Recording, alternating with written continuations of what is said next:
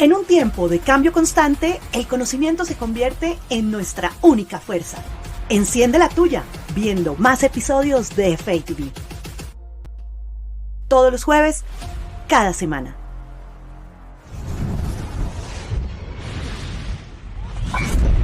Solo en FATV.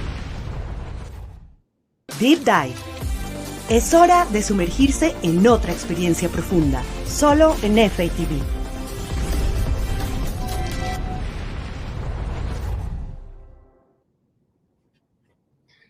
Buenos días y bienvenidos. Gracias por conectarse a este exclusivo episodio de FATV Deep Dive. Soy Ray Ruga, CEO de FinTech Americas y seré su anfitrión y moderador del programa. Para aquellos quienes nos acompañan por primera vez, este es un evento en que realizamos mensualmente con el objetivo de explorar a profundidad, o en otras palabras, sumergirnos en un deep dive de los temas más candentes de la región, analizando desde diferentes perspectivas junto a reconocidos líderes de la industria.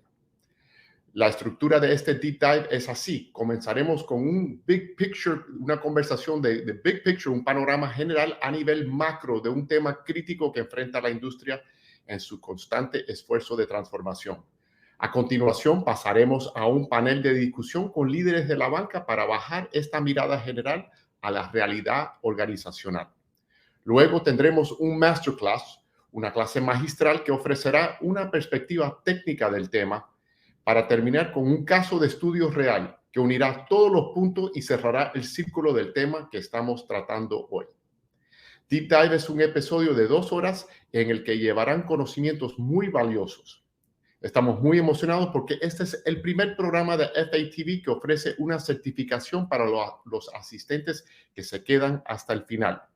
Este es un paso decisivo que dimos para ayudar a toda la comunidad a seguir perfeccionándose y aprendiendo continuamente busquen un café, un té o un mate y prepárense para 1 hora y media de aprendizaje. Es una certificación que pueden sumar a su hoja de vida, a sus perfiles de LinkedIn y compartirla en esta red social con todos sus contactos, que lo indica al mundo su compromiso a seguir modernizando su conocimiento para estar a la vanguardia del cambio y preparados para adaptarse a lo que viene, ayudándolos a adelantar a sus carreras profesionales en el camino. En el programa de hoy, Modernización del Core, la banca más allá de los límites, vamos a tratar un tema de muchísima actualidad y que tiene más relevancia cada día. Los esfuerzos de modernización ya venían trabajando en la industria bancaria, pero se aceleraron muchísimo desde la pandemia. Y si bien han logrado muchos avances en la región, aún queda mucho por hacer para seguir el ritmo de los cambios que se están viviendo con los avances en tecnología como la inteligencia artificial y también en el comportamiento de los consumidores que se sigue moviendo y sigue siendo de un camino siempre inesperado y de la competencia que crea un ambiente muy dinámico, competitivo. Quiero compartirles algunos datos relevantes para enmarcarles el tema. Si bien el 88% de los ejecutivos del sector de servicios financieros concuerda en que contar con la tecnología adecuada es muy importante para sus esfuerzos de transformación digital y modernización, solamente 32% cree que el desempeño de su institución en la modernización de IT ha sido eficaz.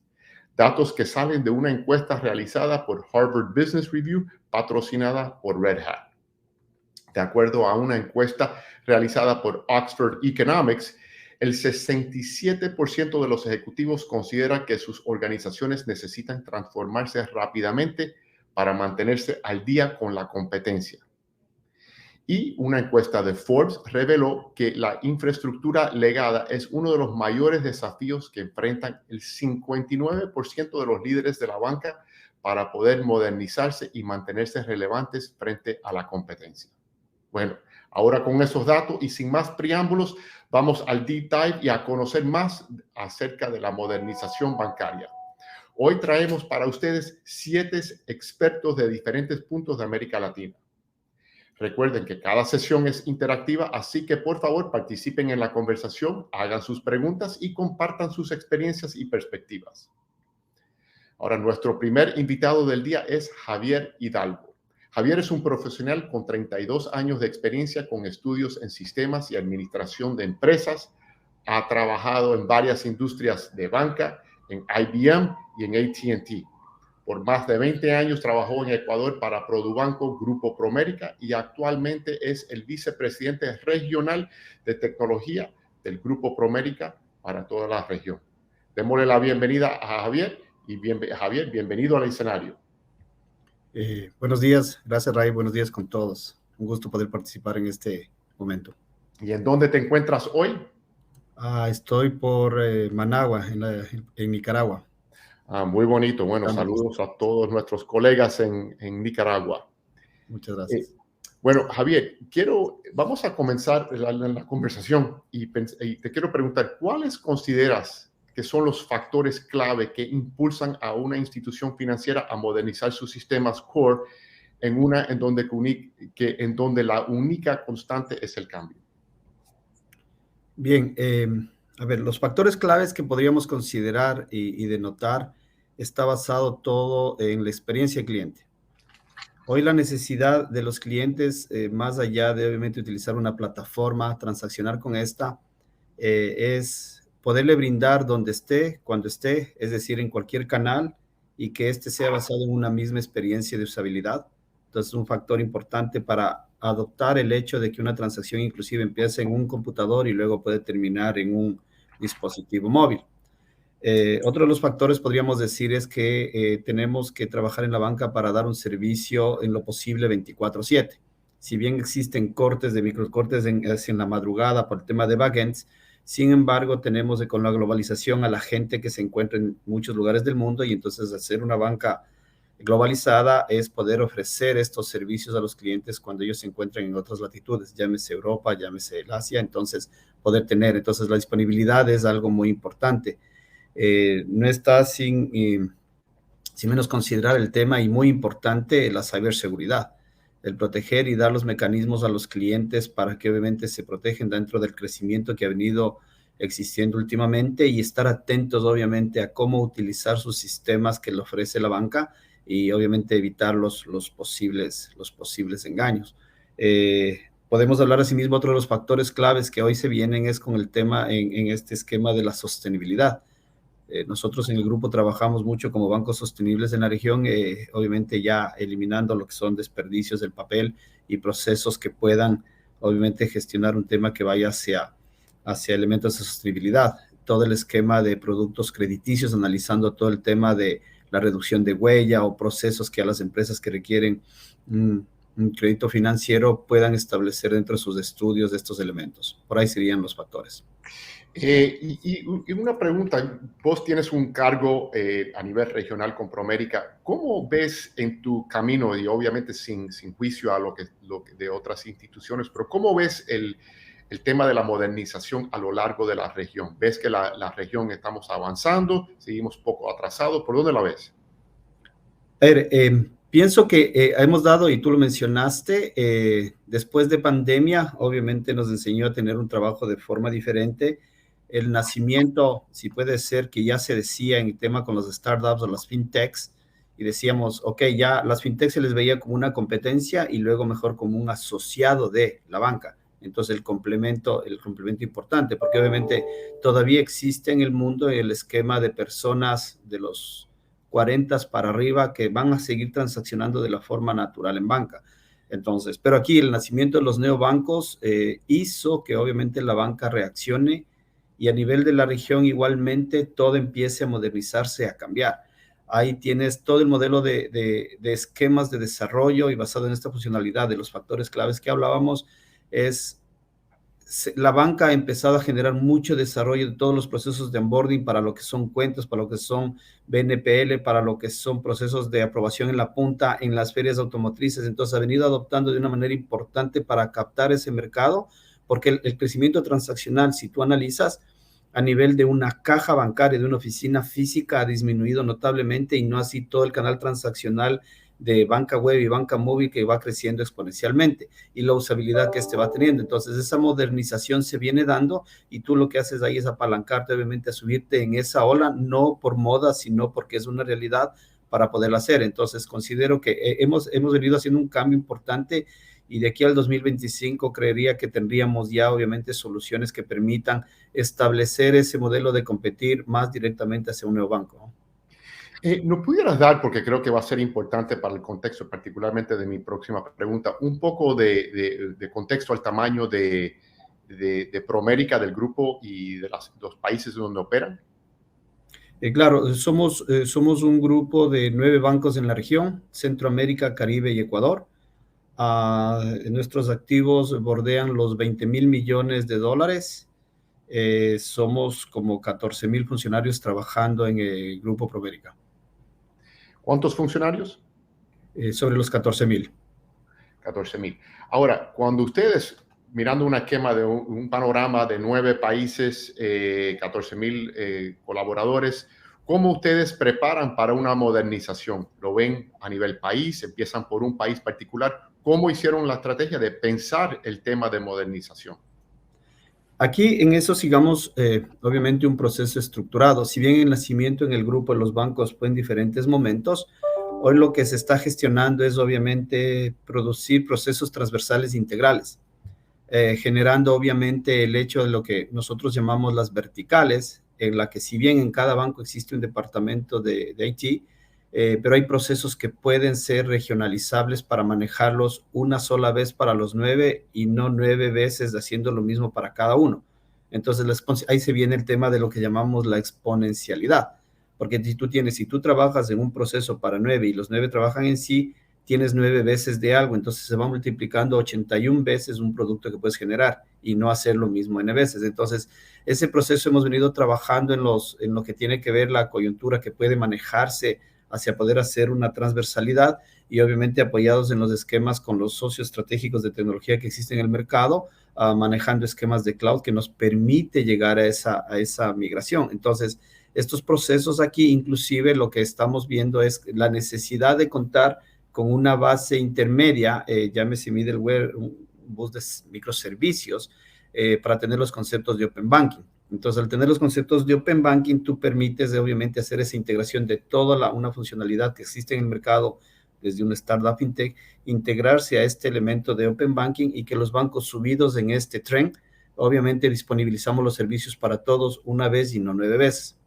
Eso nos permite, en ese modelo nos encontramos y obviamente avanzando hacia cómo poder establecer lo que llamas un MVP acotado en corto plazo, un sprint inmediato que permita disponibilizarlas a los servicios de que los clientes basados en la experiencia que requiere su necesidad. Bueno, simplemente por la terminología que me estás utilizando, estoy asumiendo que están manejando todo esto en metodología ágil, ¿no? Totalmente, completamente, sí. Así es. Aquí tengo una pregunta, par de preguntas muy buenas. Alex Carpio te pregunta, dice, buen día, un saludo de Alex Carpio desde Ecuador para Javier. Tengo una pregunta. Cuando los gerentes generales creen que no es necesario invertir en tecnología porque el negocio bancario funciona con el que tienen, ¿cómo convencerlos de que migrar una transacción de canal físico a un canal digital no es transformación digital? Que la transformación va mucho más allá de la digitalizar un producto o servicio. Un punto excelente. ¿Cómo? Sí. Gracias, Alex, un gusto. Soy ecuatoriano, coincidentalmente, viviendo por afuera. Bien, aquí es todo un tema de cultura para coger y saber hacer la adaptabilidad. O sea, esto aquí con las creencias tenemos que entender que es como una metamorfosis, porque a veces estamos en la parte del ciclo inicial de una mariposa, que es prácticamente un gusano, y cierto, y este se va produciendo y es tan feo, tan cerrado, que eso yo lo transformo y lo digo, así es como trabajamos, porque así siempre han sido las cosas. Y esta adaptabilidad, esa metamorfosis en su proceso de transición, lo que se convierte es en una mariposa linda. Entonces, ahí es buscar dentro de la cultura, obviamente, quitar la sismoespalogía, digo yo. El tema de los silos es obviamente lo que nos puede matar, los egos o los sistemas autoinmunes que hay que trabajar, porque todos en este equipo, cuando hablábamos y tú mencionaste en el término anterior el tema de agilidad, eso va más allá de transformación, así es, y es formar equipos donde todos son responsables por un algo. Entonces, si demostramos de eso y obviamente podemos hacernos parte de, como grupo, establecer un plan de acción, vamos a conseguir esos éxitos. Entonces, hacia la gerencia es demostrar que menos es más, y obviamente ahí estableces hay todo un concepto de la metodología de Singularity University que tiene un tema de exponencialidad con los conceptos de Kanban, con los conceptos de Lean, que hay ejercicios prácticos y demostrables que se dan. Y a veces en ese sentido es obviamente las gerencias invitar a estos modelos y aprender, porque a veces toca ser follower, pero fast follower de lo que ya existe. Entonces, si ven y observan obviamente cómo estás gestionando lo que hacen los otros mercados, que ya aprendieron a caminar, ya quitaron de la bicicleta las rueditas y están en una bicicleta uniforme, entonces es seguir ese proceso allí. Entonces es un tema cultural que se tiene que adaptar a este modelo para permitir esa sinergia y gestionar junto con transformación digital y tecnología ese gran camino, ¿no? Si pudiéramos poner esos puntos, y sí, bueno, creo que la eficiencia es uno de los puntos que se le vende a la alta gerencia, la experiencia del cliente, que es el propósito siempre es de darle el encanto al cliente, y de crecimiento del negocio. ¿Cuál de los tres crees que fuera el que ala más cuando presentándole a la alta gerencia este plan de cambio? Nuevamente, todo depende de la cultura, pero ahí se diría yo la eficiencia. Pero la eficiencia, ¿por qué? Porque la eficiencia se transforma en ¿qué? En productividad, en reducción de tiempo, ¿ya? En reducción de costos monetarios en lo que estás haciendo, ¿sí? Entonces, obviamente, todo eso se vuelve eficiente. Entonces, ese ciclo dentro del esquema, como yo digo, esto viene a transformarse el hecho de que si tienes muchas herramientas asociadas y utilizas y apalancas lo que realmente necesitas y todos trabajan al unísono, es como un proceso de una sintonía en que cada área va a estar en este proceso eficientemente y la melodía que generan es la adecuada. Y obviamente evitar obviamente el esquema de los silos. Allí con la eficiencia lo que logras es que todos trabajen por un bien común hacia la institución. Y ahora, otro tema, una de las cosas que creo que es que hace la banca una industria tan interesante, es que aquí no estamos trabajando en un vacío, aquí estamos un sistema interconectado, altamente regulado. Y dice aquí Darren Barrientos, te pregunta, dice, buenos días, ¿consideras que los reguladores se están modernizando al ritmo de la banca? Interesante la pregunta. Claramente, todo depende y al menos conociendo un poco la experiencia de lo que existe en los países donde operamos, cada ente regulador tiene su particularidad y su sinergia. Entonces, esa adaptabilidad tenemos que saberla manejar y administrar, ¿sí? Entonces, si tú tienes unos procesos rígidos como tal, pero tienes que saber cómo cumplirlos, cómo hacerlos para no hacerles tan engorrosos. Entonces, están modernizando, pero no a la velocidad que quisiéramos, pero tiene un propósito, porque recuerden que ellos son los entes que gobiernan el hecho. Nuevamente, en la banca, todo lo que existe ahí es de los clientes, de la confianza que estén los clientes, entonces ellos protegen esa parte y es ahí donde obviamente hay que tener una sinergia y una dinámica. Sí, pero sí están avanzando en temas del nuevo mundo y de todo cómo viene operando. Mira, quizás allí un ejemplo particular. Coincidentemente en Costa Rica, donde resido, en el proceso de la banca, existe poco uso del billete físico. Todo se realiza a través de un teléfono, transacciones, inclusive a través de SMS que se llama el Simple Móvil, y el resto de la banca a través de procesos que permite meter en la wallet las billeteras, las tarjetas de débito y crédito. Es porque el ente regulador adoptó y permitió con el gobierno poder transaccionar esa manera de forma universal. Entonces, ese es un caso muy particular y que uno normalmente ya no tiene una billetera con billetes, sino solamente con tarjetas para cierta necesidad puntual. Entonces, allí obviamente es el apetito que se da en cada uno de los entes. Tengo un seguimiento a eso, más por interés personal, curiosidad. ¿Ves que eso es una posibilidad en Costa Rica, por particularidad de la economía del país? Y eso o eso es algo que se puede duplicar, en tu opinión, en Nicaragua o en El Salvador, en Honduras o en otros países? Se puede duplicar y rápidamente y fácilmente. Entonces, el apetito de que todos tengamos esa voluntad para gestionarlo y hacer. O sea, si lo hacemos interoperable es donde va a permitir, porque allí tú tienes, obviamente, el tema de la transaccionalidad del dinero. Tiene que ser inmediata.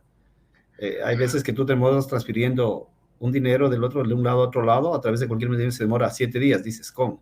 Entonces y obviamente el mundo cambió y lo que necesitas es, con la globalización y la distribución de la gente en el planeta, obviamente necesita su dinero oportunamente. Bueno, Entonces, por si nos están escuchando algún regulador en Centroamérica, nosotros acá siempre hemos sido muy evangelistas de poder interconectar a los diferentes países de la región de Centroamericana, porque creemos que juntos esos países se pueden crear en un mercado muy interesante que puede atraer una ola nueva de participantes y jugadores al mercado y ayudarlos a avanzar. Acá, Aníbal Bustillo te pregunta, dice, Aníbal Bustillo desde México, ¿qué retos desde el punto de vista de infraestructura, cómputo, redes, seguridad, se enfrentan con la adopción de la estrategia de Open Banking y su interacción con servicios de la nube? Justamente, gracias la pregunta, Aníbal. Sí, ese es un tema muy importante que hay que considerarlo. Hay sistemas y que por regulación tienen que estar on-premise en la base, y obviamente ahí hay que tener la consideración de la gente que administra la alta redundancia, la contingencia que lo lleva, pero sin embargo la adopción a estos nuevos procesos, obviamente para poder, en nuestro caso, el esquema de la regionalización es la adopción a la nube. Hoy tienes mecanismos y las empresas, para no hablar de nombre de empresas, pero las empresas GAFA, normalmente lo que tienen es soluciones allí intrínsecas dentro de su proceso de administración de hardware resiliente, hardware disponible 24/7, segundas regiones y obviamente protecciones hacia la ciberseguridad que está embarcada, y todo obviamente con todo el mundo, todo lo que cambió, y hoy con la llegada inclusive de 5G, permite esa adopción de los procesos a trabajar en la nube de una forma más eficiente y con reducción de costos importantes. Hay que saber cómo hacerlo, pero es factible y obviamente es el camino, ¿no? Muchas gracias. Y entonces Marta Achurra tiene una buena pregunta acá. Dice, desde mi punto de vista, considero que la modernización de la banca se dirige más a la banca de consumo. En cuanto a la banca de empresas, ¿se están dando los mismos avances? Sí, definitivamente. Ese es un tema transversal en la organización, en un banco. Hacia la banca de empresas igualmente es la integración de los procesos a sus sistemas que tienen integrados y poder transaccionar de manera obviamente ordenada, segura y en función de lo que se ofrece, hacer una parametrización de maker check que existen, porque obviamente ahí se maneja más dinero, pero sí en banca de empresas igualmente existe un proceso, y nosotros nos encontramos en ese modelo justamente de poder complementar nuestro ecosistema de productos y servicios de una forma transversal y que nos lleve a tener ese proceso con todas las empresas, porque las empresas a veces no solo son locales en un país, sino en caso de Centroamérica existen muchas empresas que están en algunos países, entonces es importante brindar esa modernización. Entonces existe también ahí el modelo de cómo hacerlo y es parte de no solo banca consumo. A ver, tenemos un montón de preguntas, nos quedan 2 minutos acá, a ver cuándo tenemos, tenemos, no sé de cuál elegir. Aquí, mira, Nicolás Estrella hace una pregunta muy buena, dice, saludos Javier, pregunta, ¿modernizar o cambiar de core? Con base a tu experiencia y después de vivir los dos caminos, ¿cuáles son algunas lecciones aprendidas y tus recomendaciones? Quizás voy a esbozar algo. Si me dedico a cambiar de core, estoy seguro que envejeceré y llegaré al 2100, espero. Entonces, con la respuesta prácticamente es una modernización. La parte del core, el ponerlo, cambiar, salvo sea un sistema demasiado con tecnología muy antigua, tendrás que cambiarlo, pero normalmente lo que sucede hoy es al core hay que desacoplarlo. Entonces, todos los procesos de desacople de procesos de crédito, de inversiones, de apertura de cuentas, de manejo de cuentas de ahorro, de cuentas corrientes, certificados de inversión, ahorros a la vista, ahorros a tu gusto, planes de vacaciones, lo desacoplas. Entonces, el core lo que tiene que llegar a quedar, sí, en esa modernización, es la parte base de administrar al cliente, la cuenta del cliente, el saldo del cliente y la contabilidad, porque ahí tienes la amortización, el interés de mora y todos los procesos. Pero todos los productos y servicios puedes ponerle a través de este concepto que conversábamos de una banca abierta, de Open Banking, al esquema de establecer el camino de cómo operas basados en las nuevas tecnologías, ya sea una tecnología móvil o computadora, el poder ofrecer ese servicio. Entonces, el core puede quedarse para lo que está, es obviamente transaccionando, porque el día a día de modernizar la contabilidad diaria, la accrual diaria, el interés de mora, que se da toda la gestión, obviamente, hacia riesgos, eso no cambia. Y cada país tiene su regulación en los días de habilitación y todo, entonces eso puede quedar. Entonces lo que sí hay que hacer es desacoplar esos productos y servicios hacia arriba, teniéndoles para ofrecer obviamente una mejor experiencia, y ahí es donde se iría la modernización. Bueno, muchísimas gracias, Javier, por tu tiempo y por compartirnos tu visión y experiencia. Ha sido una charla súper valiosa y con un excelente inicio para todo lo que tenemos preparado a continuación. Y yo coincido con vos que la necesidad de modernización que tiene la industria financiera, ya que es fundamental para poder ofrecer un mejor servicio y atención a los clientes y poder ser más eficiente cada día, es un punto crítico operativo. Sí, completamente. Sí, muchísimas gracias por permitirme estar con ustedes. Bueno, y ahora sí, continuamos con nuestro panel ejecutivo. Estamos encantados de tener presente a 2 líderes de la región. Vamos a conversar sobre sus proyectos de modernización, los desafíos que están enfrentando y cómo superarlos, consejos, aprendizajes y mucho más. La primera invitada es Lilian Hill, Head of Portfolio Management, Citibanamex, México. Lilian es una líder de equipos de alto rendimiento especializada en estrategias para infraestructuras y operaciones internacionales. Tiene más de 15 años de experiencia en el área de IT relacionada a finanzas, innovación, gobernanza de operaciones de IT, gestión de proveedores, desarrollo de roadmaps tecnológicos y gestión de relaciones comerciales. El segundo orador del panel es Jerónimo Rubiolo, gerente ejecutivo de infraestructura y operaciones TI, Banco Superville, Argentina. Jerónimo tiene más de 25 años de experiencia en el área de tecnología en diversas industrias. Anteriormente ocupó diferentes puestos de liderazgos de equipos locales y internacionales en las áreas de IT de compañías como Naranja, Globant, Motorola y Intel.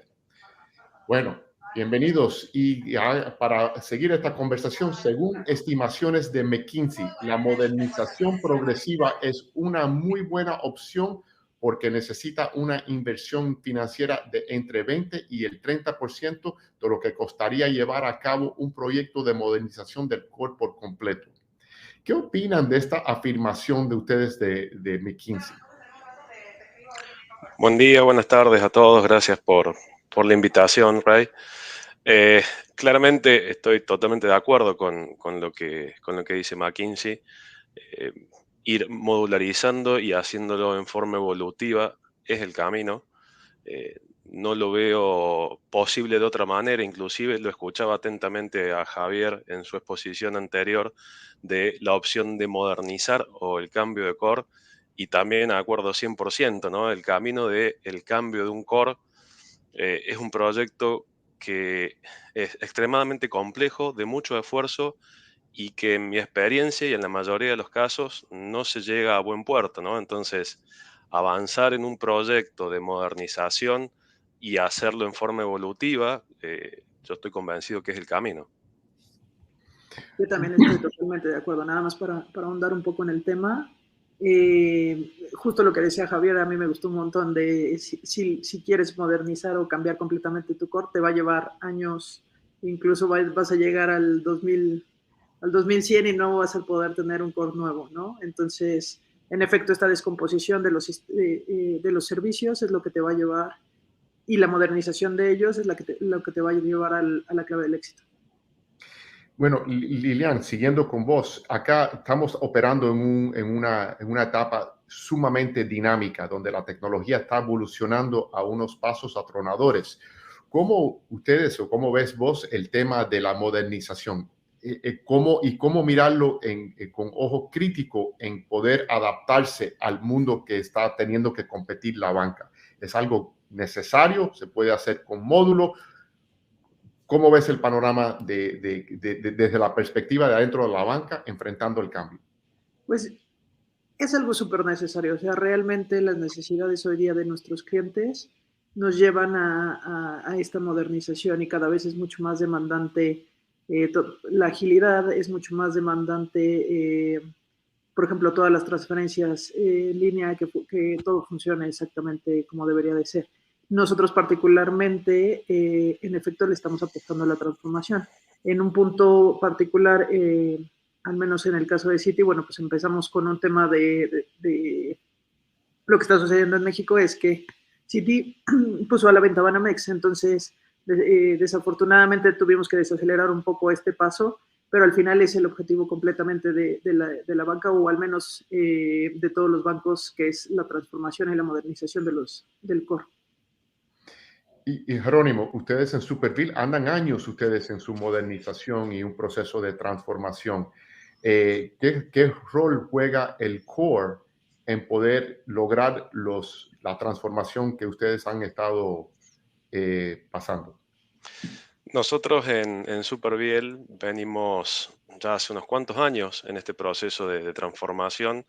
Hoy decimos que estamos en nuestra tercera etapa de este proceso a nivel organización y a nivel tecnología también, digamos, van corriendo en paralelo la transformación digital del banco y la transformación de TI, la evolución de TI.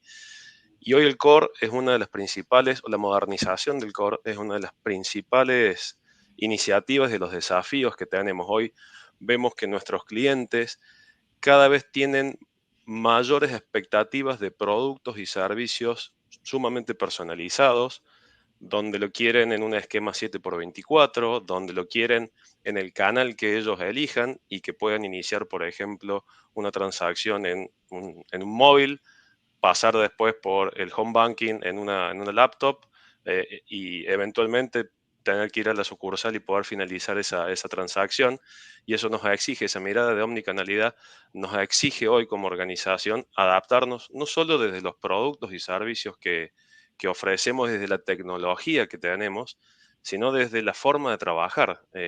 Alguien mencionaba, creo que era Javier también, de que el desafío de toda transformación es más cultural que tecnológico, ¿no?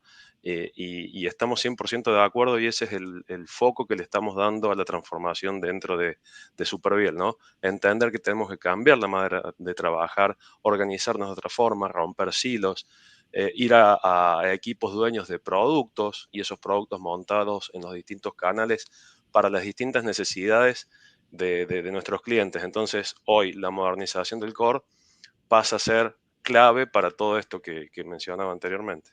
Jerónimo, para un poco de contexto para la audiencia, los que no saben, ¿nos puedes decir qué tamaño tiene Banco Superbiel? Hoy Banco Superbiel tiene alrededor de 1,5 millones de clientes, entre clientes individuos, empresas y pymes.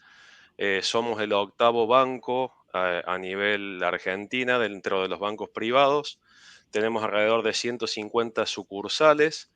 Y la estrategia de atención es omnicanal, no solo en las sucursales, sino en nuestros canales digitales. Ofrecemos los mismos productos y servicios a nuestros clientes y tenemos alrededor de 3.500 colaboradores en todo el país. Perfecto, gracias. Y Lilia, bueno, Citibanamex, y si lo miramos del contexto del país, ¿qué tamaño tiene Citibanamex? Bueno, Citibanamex es el tercero hoy día. Seguimos en la competencia por seguir subiendo. En cajeros tenemos 9,000 cajeros. Sucursales estamos en los 3,400 cajeros. En términos de empleados, estamos más de 40,000 empleados. Y bueno, en clientes va diversificando, pero por todos los productos, pero también estamos hablando de miles y cientos. Bueno, mira, aquí tenemos una pregunta que te hace Aníbal Bustillo. Dice, pregunta para Lilian, recuerdo bien la estrategia de Banamex para desacoplar el core y su enfoque que ahora se llama microservicios y a través de un middleware, una estrategia similar a la comentada por Javier Hidalgo. ¿Podría comentar algo al respecto? Justamente, bueno, esta estrategia en efecto está implementada como tal. Obviamente, específicamente, por ejemplo, hacia el tema de mobile, sí estamos ya utilizando microservicios y hemos desacoplado bastantes cosas. Te puedo decir específicamente, insisto, sobre el tema de mobile y algunos otros servicios, por ejemplo, también estados de cuentas, inversiones y demás. Y sí nos ha dado bastantes beneficios. Hoy día, Bueno, déjame ir un poco atrás. Bueno, como sabemos, como mencioné, estamos en esta separación. Entonces, justo en el reto de saber qué nos llevamos para Citi y qué dejamos en Banamex, justo fue una de las decisiones más importantes. Entonces, en efecto, nos llevamos esta estrategia, impulsamos con algunos otros proveedores ciertos servicios, pero estamos basados en esta estrategia de microservicios. Bueno, perfecto, gracias. Mira, Jerónimo, aquí Marcel León tiene una pregunta que creo que a ver si lo pudiéramos ayudar. Dice, hola, buen día, saludos desde Ecuador. Cuando se moderniza el core, generalmente los Next Generation son con enfoque digital. ¿Es factible para los bancos tradicionales migrar sus productos del core anterior a este nuevo core naturalmente? Si lo han hecho, ¿qué precauciones hay que tomar o qué recomendaciones darían? A ver, nosotros puntualmente nuestro proyecto, nuestra iniciativa de modernización no es saltar hacia un Next Generation Core. Es justamente modernizar y desacoplar el core existente. Y esto está atado un poco a lo que mencionaba anteriormente Javier y reforzábamos con Lilian, de que cambiar el core bancario es un proyecto demasiado riesgoso desde nuestro punto de vista y en nuestra experiencia. Con lo cual, nosotros optamos por no dar ese paso, sino que modernizar el core existente, desacoplándolo, esto que decía Javier, de sacar las funcionalidades que no son parte del manejo de la cuenta, de los saldos y de la contabilidad, y entregar esos módulos no core a los distintos equipos de producto. Esa es la estrategia que optamos hoy en Banco Superviel, en la que venimos trabajando hace 2 o 3 años. Pero no nos parece una buena decisión dar un salto hacia un nuevo core, por todo lo que expresamos ya anteriormente, el tiempo, los riesgos y la alta probabilidad de que el proyecto no llegue a buen puerto y sea un fracaso, digamos, ¿no? Y una inversión de tiempo y dinero que no se ve en valor agregado para la organización ni para los clientes. Lilian, no sé si quisieras agregarle algo al punto. Sí, justo estaba cuando Javier estaba hablando, igual Javier, es el salto cuántico, ¿no? Es como este lado al abismo de si te quieres mover hacia de un lado al otro. Y parte de las cosas importantes es, yo creo que esta transparencia, cuando haces la conversación con los stakeholders o con los ejecutivos de la empresa, es decir, bueno, a ver, es cierto que queremos dar mayores servicios, es cierto que queremos ser 24/7, etcétera, etcétera, pero ¿cómo vamos a ser disruptivos? Porque para poder hacer ese movimiento tenemos que decir, bueno, pues al final no va a ser smooth, no va a ser sin algún problema. Tenemos que ser conscientes de que si queremos hacer un salto cuántico al vacío, bueno, pues al final nos vamos a enfrentar con un montón de problemas y tenemos que ir adecuando o ir aprendiendo un poco en el camino.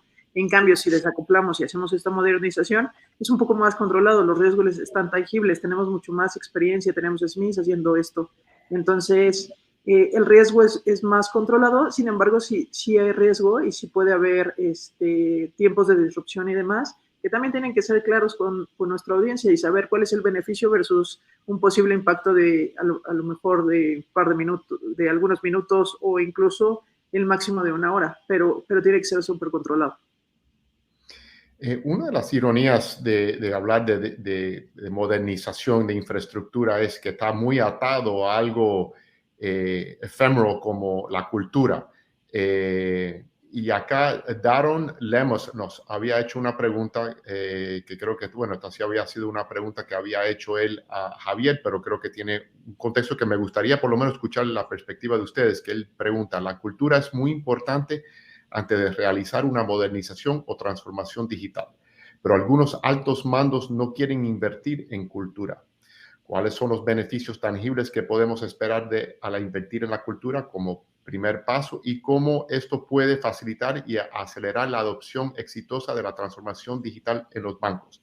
Mirándolo desde la perspectiva de ustedes acá, con un mando y un cargo tecnológico de transformación, ¿qué rol juega la cultura en el papel de ustedes día a día? Y ustedes se convierten en evangelistas de esta promoción de cambio cultural.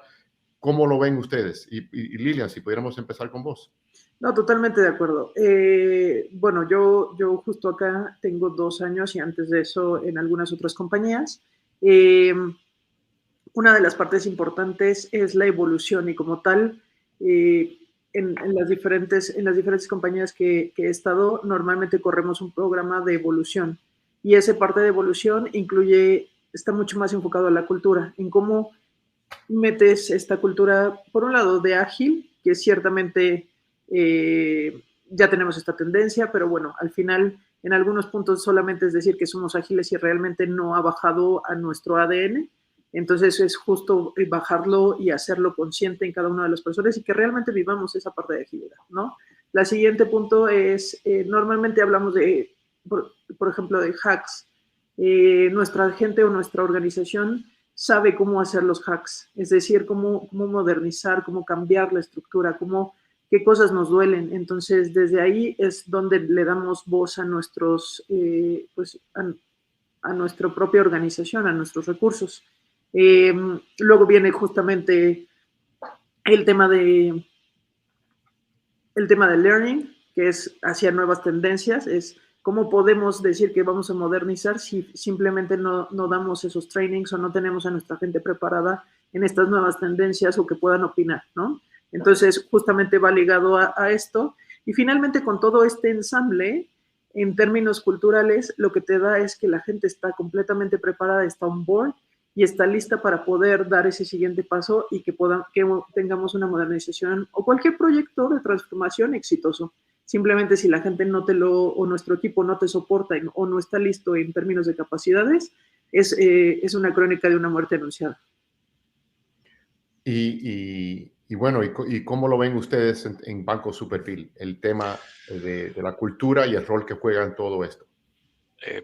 Para nosotros es clave el cambio cultural, el cambio de mindset y el cambio en la forma de trabajar. Todos estos procesos de transformación, nosotros estamos convencidos que el mayor desafío pasa por este cambio de mindset de nuestra gente.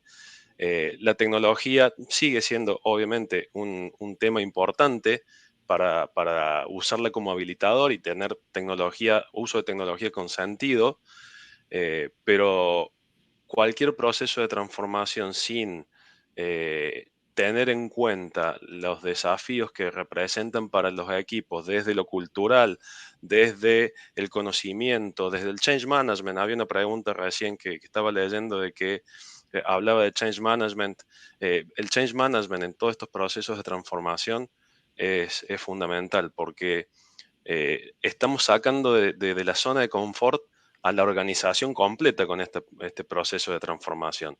Y tener un proceso de change management donde analizamos cuáles son los procesos de capacitación y de transformación de talentos, cómo comunicamos, cómo le hacemos ver los beneficios y las ventajas que va a tener no solo nuestros clientes, sino la organización al cambiar el modelo operativo y nuestra forma de trabajar.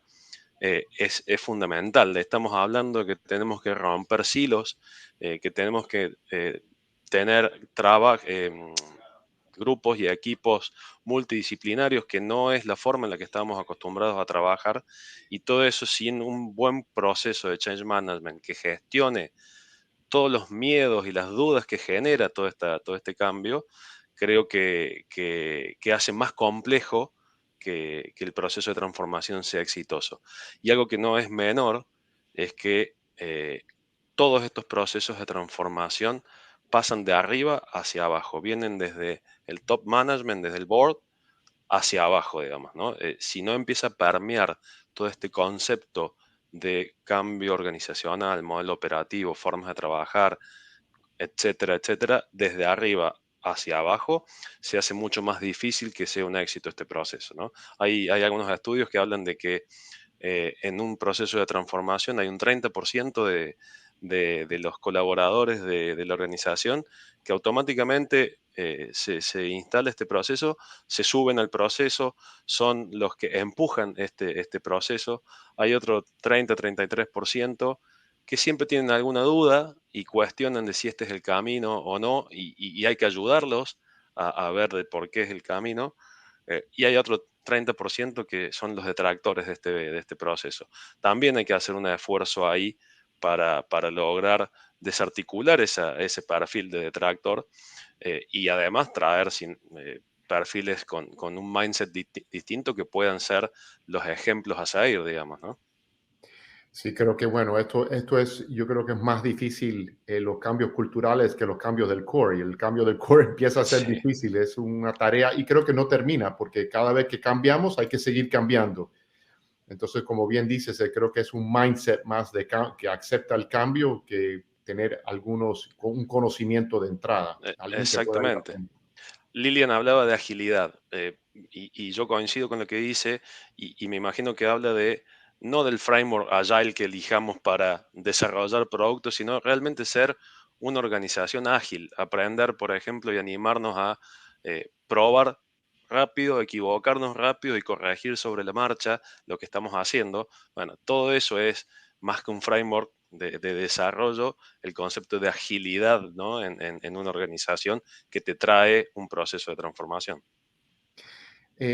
Acá Ronnie, y ahora volviendo a un tema creo que más técnico, Ronnie Ramírez volvió aquí a preguntarles, dice, si bien hemos podido avanzar en la adopción de las nubes para el despliegue de nuestras infraestructuras, para ustedes, ¿cómo ha sido el reto de lidiar con la seguridad de la nube?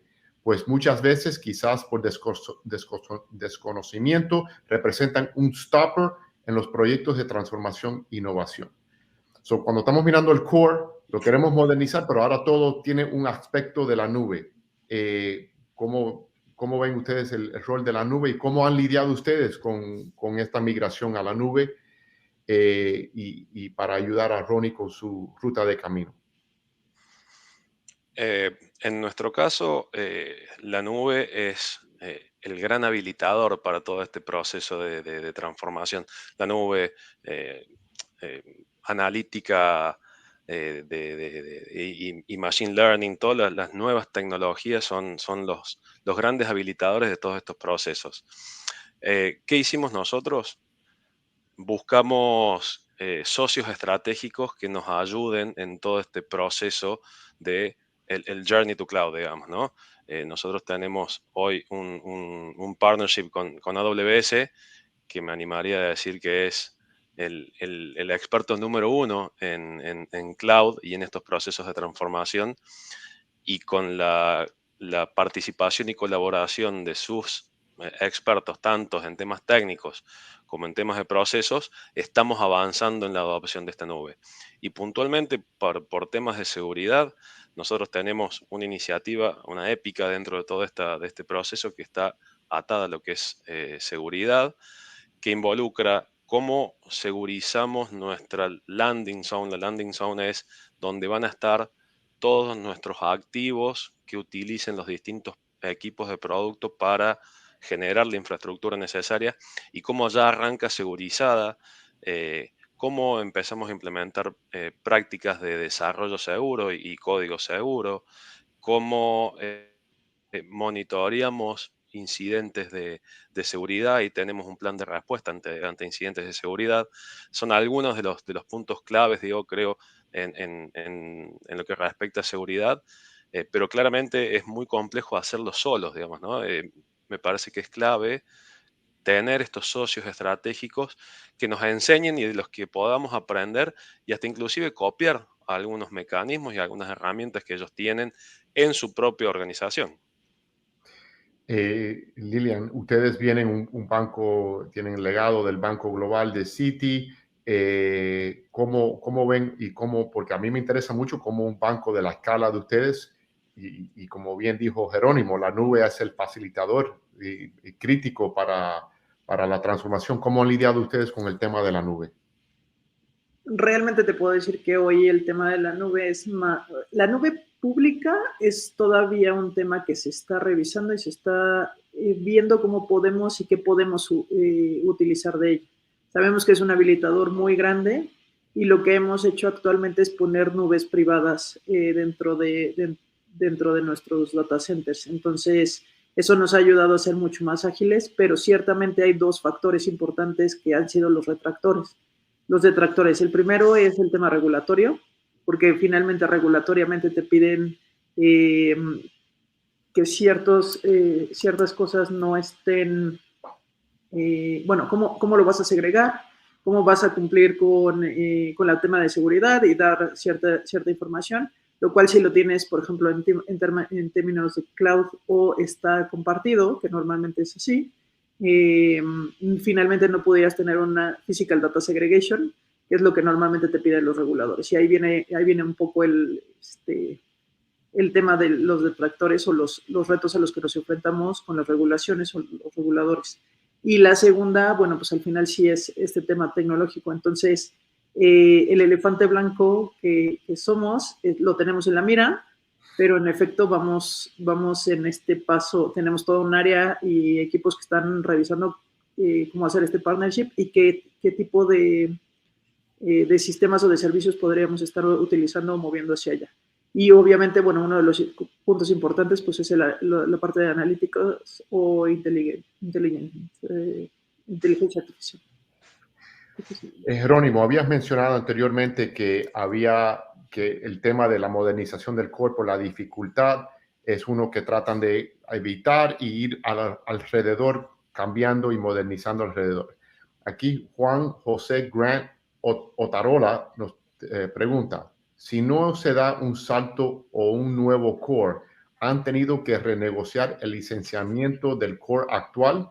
Dado que usualmente es un licenciamiento costoso y como han realizado el adelgazamiento de la infraestructura de ese core, descopolando diferentes funciones de primera o segunda generación, dado que también la infraestructura usualmente la aporta el vendedor del core.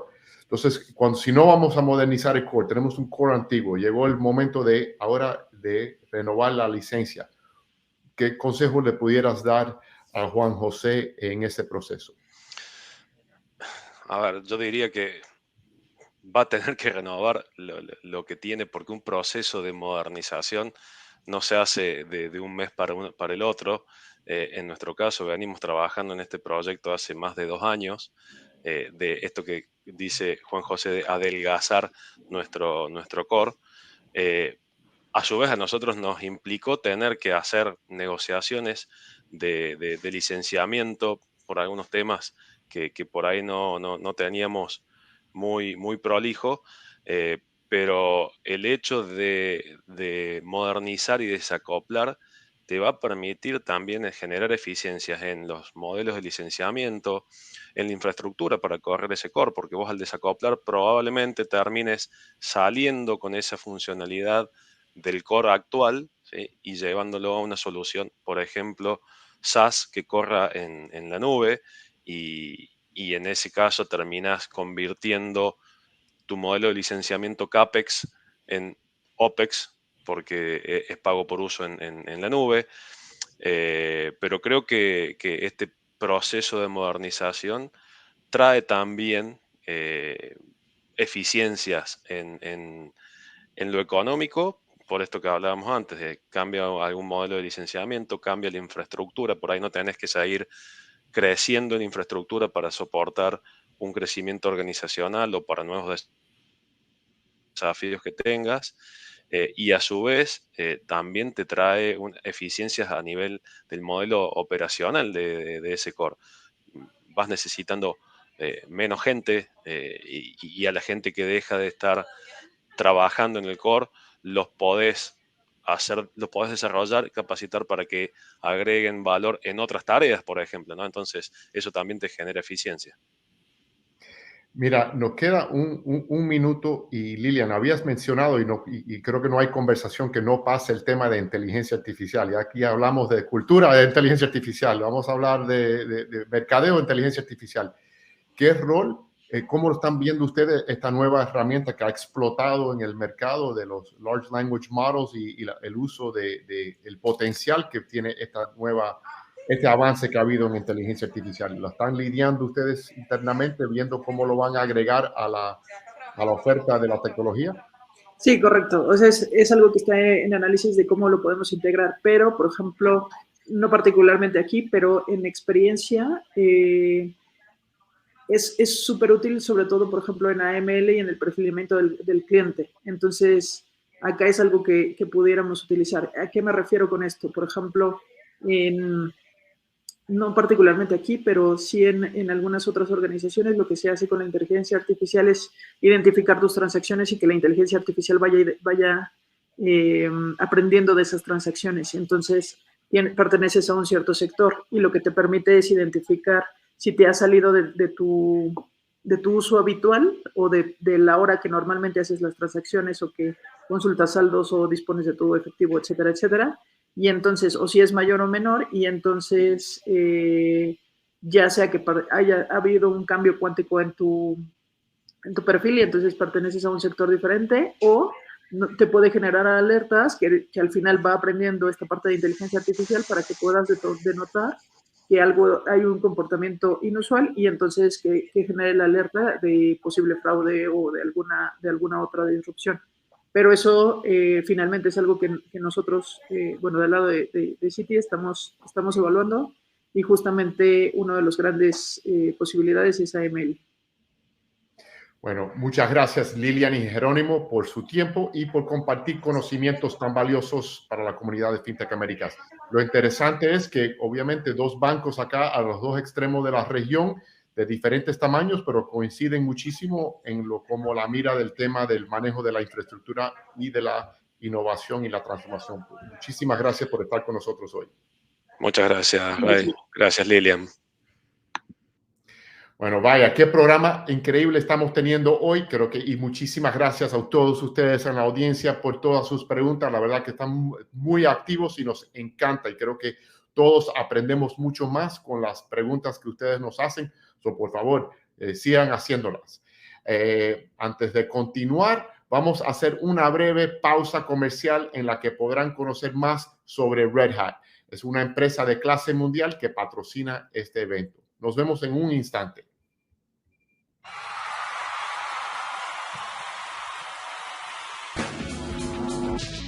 Los invitamos a escuchar a Marcos Guevara Lynch y Martín Juiz de Banco Galicia hablando de inteligencia artificial, mejores prácticas.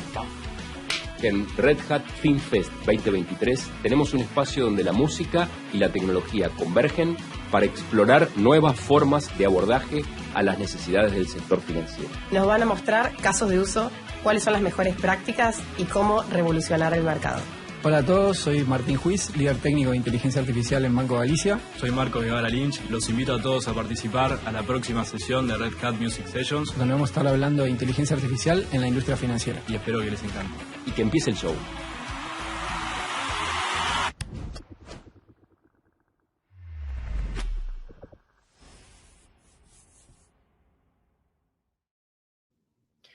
Bueno, ya estamos de regreso para dar inicio a la próxima sesión. Una clase, una mini masterclass en la que un líder de Red Hat va a explicarles cómo mejorar y acelerar sus proyectos y estrategia de modernización del core. La sesión estará a cargo de Bruno Acena, Global Solution Architect for FSI Red Hat Global. Bruno lleva más de 14 años en Technology Consulting con un enfoque en la estrategia y ejecución de proyectos en servicios financieros y otras industrias.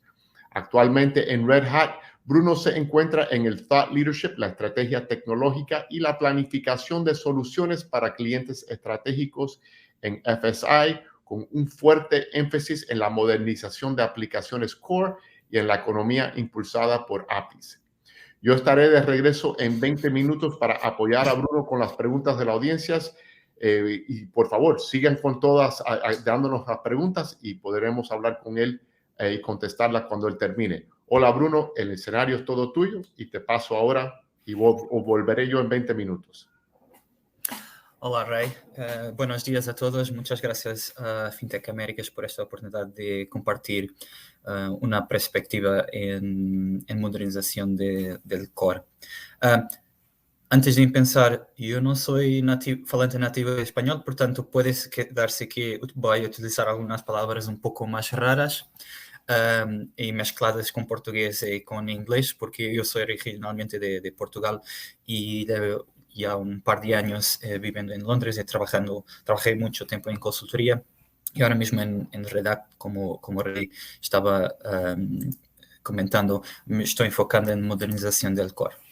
Entonces, lo que voy a hacer es compartir una perspectiva de modernización y una abordaje que es bastante común con clientes estratégicos en Redact, o varias abordajes. Voy a hablar un poco de eso y compartir también un poco de aprendizajes. Este es un tópico bastante complexo, con mucha información y muchas variables, pero eu espero que depois desta sessão tenham ao menos algumas ideias que são importantes e que devem ser um follow-up e pensar um pouco mais no contexto de vuestras organizações, como podem fazer uma modernização com sucesso. Vamos a cambiar. Então,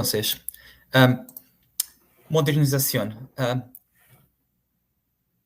É muito importante que tengo en vuestras mentes, en vuestra visión, que modernización es un acto de balancear cambios de negocio, la cultura y la manera como las personas trabajan y interactúan, y también la tecnología.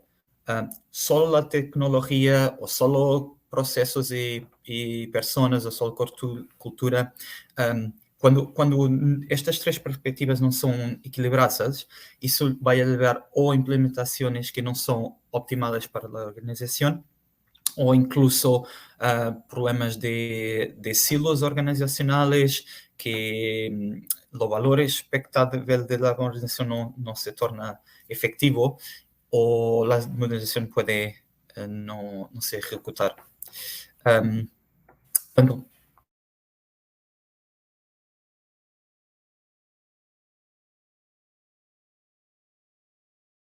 Tengo en idea que estas tres perspectivas, hablo un poco de la regulación.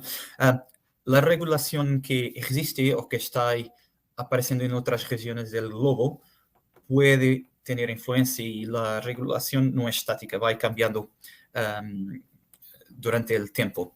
Entonces, las regulaciones no prohíben el uso de la nube, aunque dicen que las instituciones financieras tengan, por ejemplo, planos de portabilidad de salida. Eso se pasa en Europa con la Digital Operation Resilience Act y portabilidad de la nube.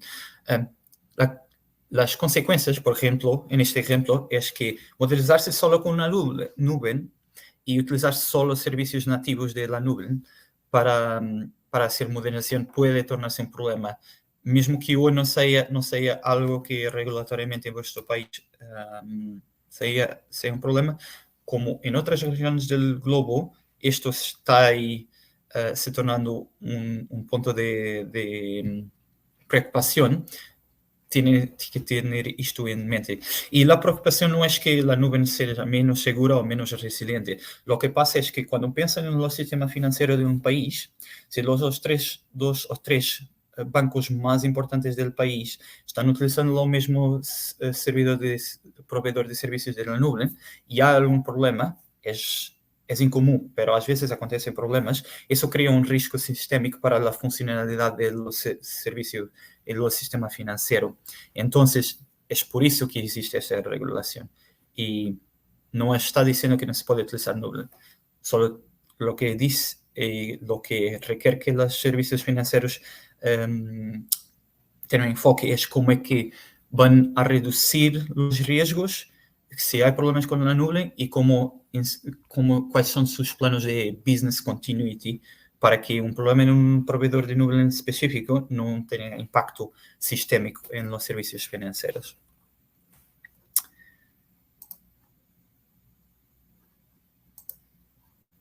Okay. Bueno, Otras áreas que son importantes tener en consideración cuando se está haciendo modernización es identificar prioridades y tener planos personalizados para esas. Claro que habilitar nuevos modelos de negocio es importante y reducir technical depth y mejorar performance y también tener, portanto, tener una abordaje que permite hacer compliance con regulations es importante, pero priorizar estas áreas y definir un plano que va a pensar con una perspectiva y después resolver la otra, eso es importante, porque en realidad hay maneras diferentes de resolver cada una de estas perspectivas y no hay una solución única. Y intentar utilizar una solución universal yo personalmente he encontrado situaciones donde una tecnología o una solución que es posicionada como resolviendo todo eso, en realidad no es la realidad. Por tanto, es necesario analizar el espectro de opciones para ejecución de la modernización y cómo que esas prioridades van a ser resolvidas. Por otro lado, en términos de modernización de los aplicativos core, hay tres abordajes: construir, hacer el build, y construir aquí no es necesariamente del cero, puede ser hacer un lift and shift de lo core antiguo, partes del funcional para una nueva infraestructura, como en cloud, por ejemplo, puede ser desarrollo de nuevo, puede ser una combinación de varias cosas. Claro que eso va a dar más control, pero normalmente lleva un poco más de tiempo y es una abordaje útil, probablemente en áreas que son estratégicas para la organización. Comprar una package solution va a ser interesante en situaciones donde la organización puede o ceder un poco, tener un poco menos control, pero va a ganar un poco más de speed. Y claro que hay también soluciones de cloud services y hacer outsourcing de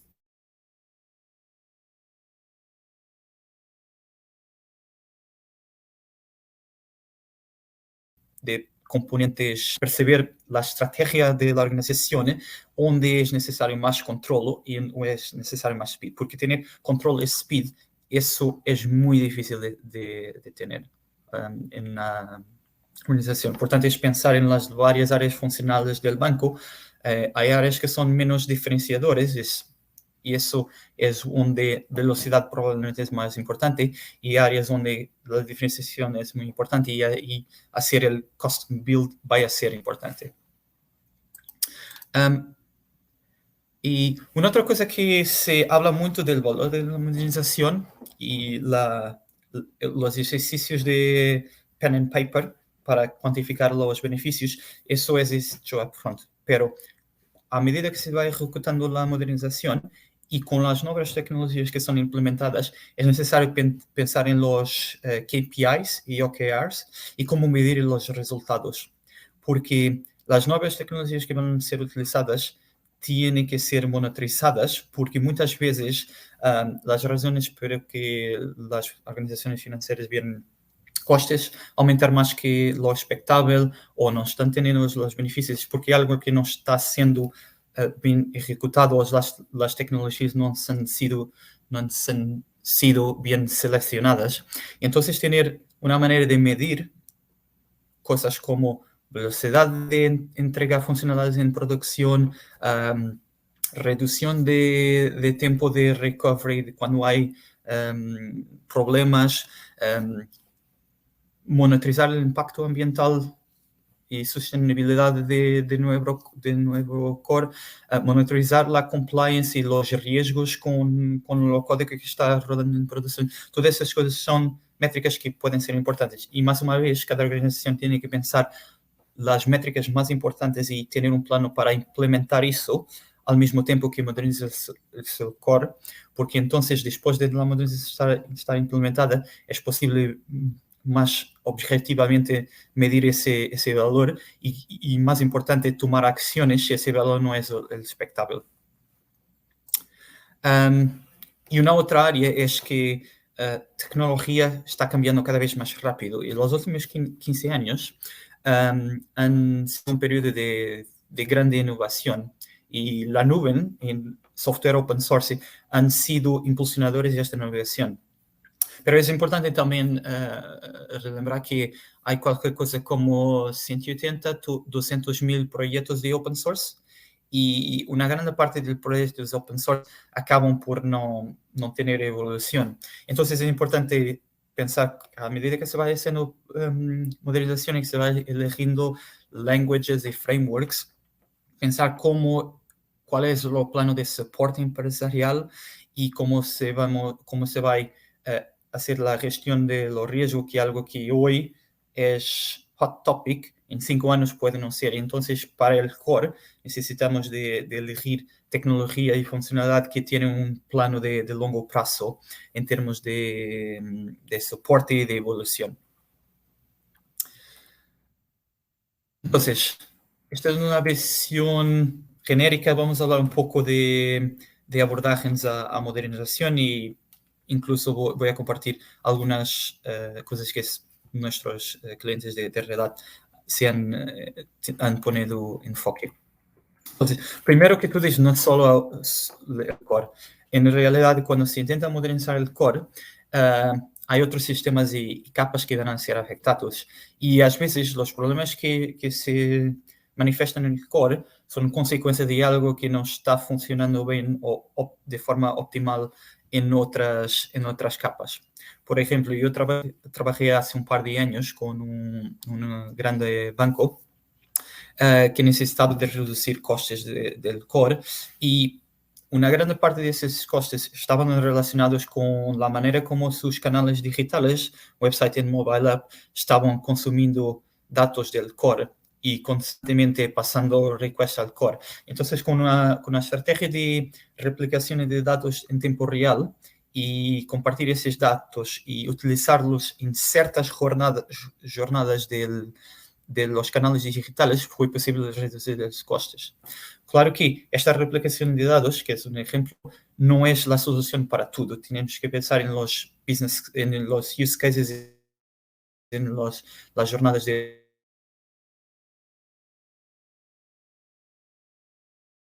usuario. Pero el éxito de la modernización proviene de saber qué problemas tenemos y dónde estamos intentando llegar con la resolución de esos problemas, que a veces no es muy claro y hay una tendencia para pensar en soluciones antes de los problemas. Eso quiere decir que la solución puede no ser la más adecuada para el problema. Y en términos de estrategias, 3 abordajes para modernización, los clientes de Red Hat, broadly speaking, se enfocan en tres áreas. Es optimizar su core, es extender su core y es reimaginar su core. Y es un espectro de cambios de negocios y de procesos y de la manera como las organizaciones funcionan, porque en realidad los clientes que están optimizando su core tienen la necesidad de resolver problemas muy específicos en áreas específicas de su core. Y entonces, esto es más aplicable en clientes que están utilizando tecnologías de IBM como mainframes y powers. Y entonces tienen una abordaje de cirúrgicamente resolver esas áreas.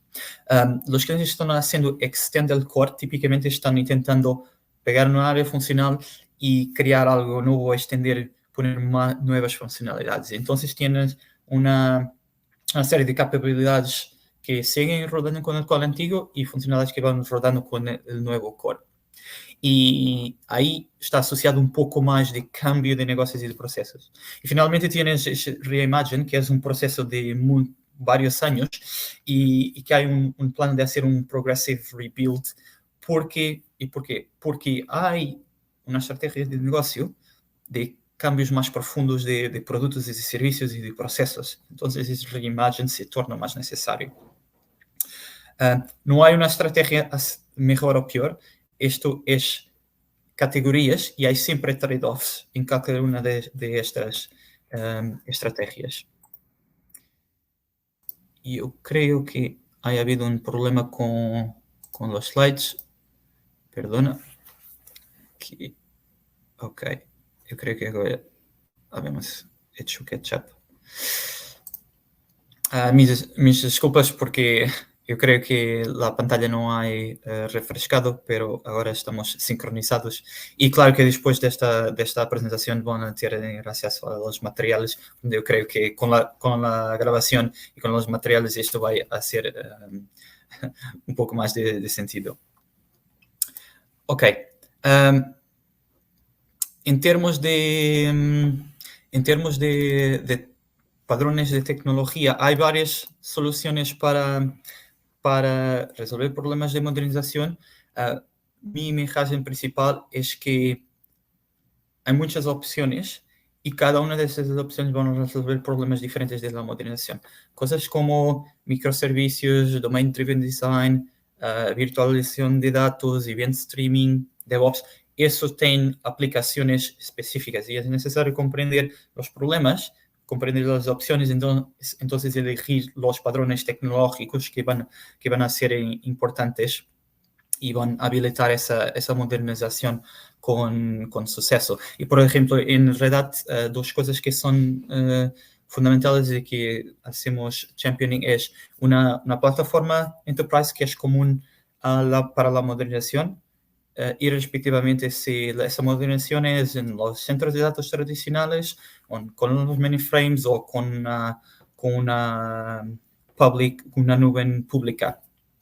Esa plataforma común es importante porque torna la modernización más consistente y más sencilla y habilita también portabilidad. Y después los componentes de automation y gestión de cambios como utilizando configuration como código, continuous integration, continuous delivery y cosas como automatizar las medidas de KPIs y tener información en tiempo real y insights a las nuevas tecnologías. Eso es importante para permitir que esta modernización gradual sea objetivamente trabajando para entregar valor que es expectable. Y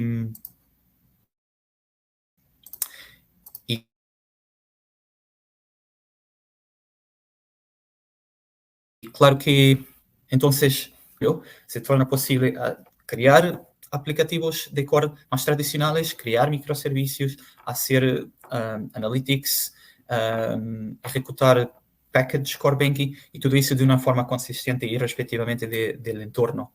O que quer dizer que, na consequência, que va a ser un poco más fácil de hacer toda esta jornada y tener una integración más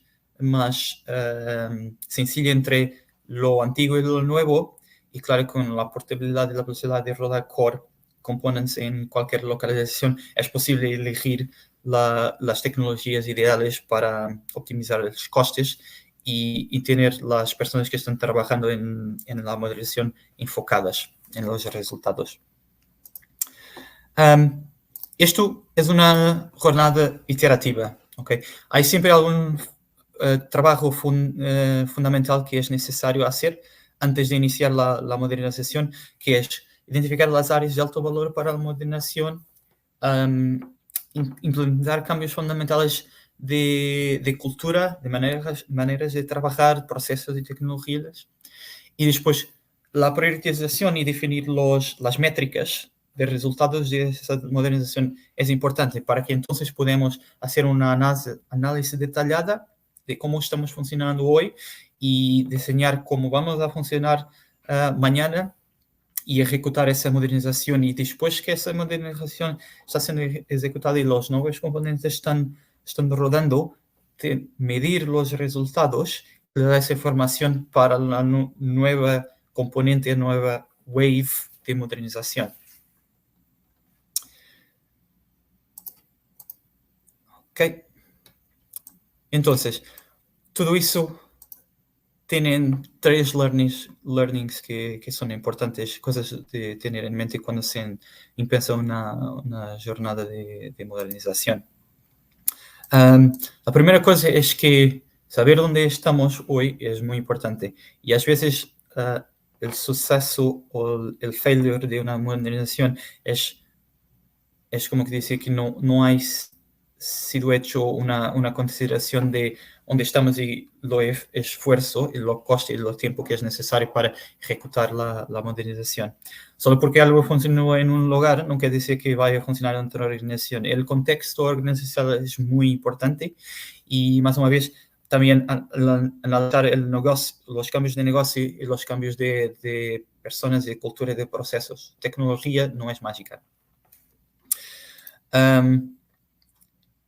Y una otra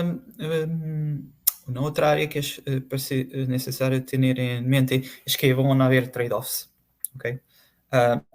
Eso va a acontecer porque modernización es un tema muy complejo. Los aplicativos core han sido desarrollados durante los últimos 20, 30, 40 años. Y entonces van a haber muchas sorpresas. Entonces, perceber lo driver primario, calidad de tiempo, de coste, de scope, y enfocar eso y después perceber las otras 3 dimensiones que van a ser ajustadas si necesitamos de mantener una dentro de control. Y está preparado que van a ser necesarios hacer ajustes a medida que se van ejecutando la modernización. Y finalmente, la tecnología y la nube, tecnologías de red, tecnologías de parceros y todo eso no son herramientas que van a resolver problemas específicos y deben ser elegidos en el momento adecuado para resolver el problema adecuado.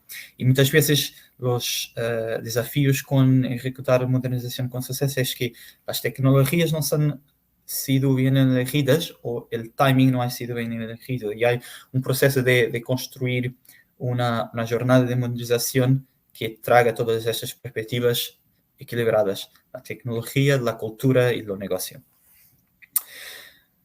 Ok, yo creo que con esto... Buenísimo. Muchísimas gracias, Bruno, por compartir tantos conocimientos y por lo que veo la audiencia está interesada, como yo, en tu presentación, ya que tienes acá tenemos muchísimas preguntas de seguir contestando. Acá Raquel Cabrera te pregunta, dice Bruno, y cuando mencionas la plataforma común para facilitar portabilidad, ¿te refieres a un jugador externo, tipo entre official, o procesar privado que opere un business de servicio común por zona geográfica? Bueno, en el caso de Red Hat vemos la plataforma común para hacer desarrollo de la modernización del core, es la solución que se llama OpenShift. Es una solución de cloud de nube híbrida, donde se puede traer partes de funcionalidades antiguas o desarrollar el nuevo core. Y esta plataforma, como es una plataforma común que puede ser ejecutada en centros de datos o en varias nubes públicas, entonces tienes la portabilidad.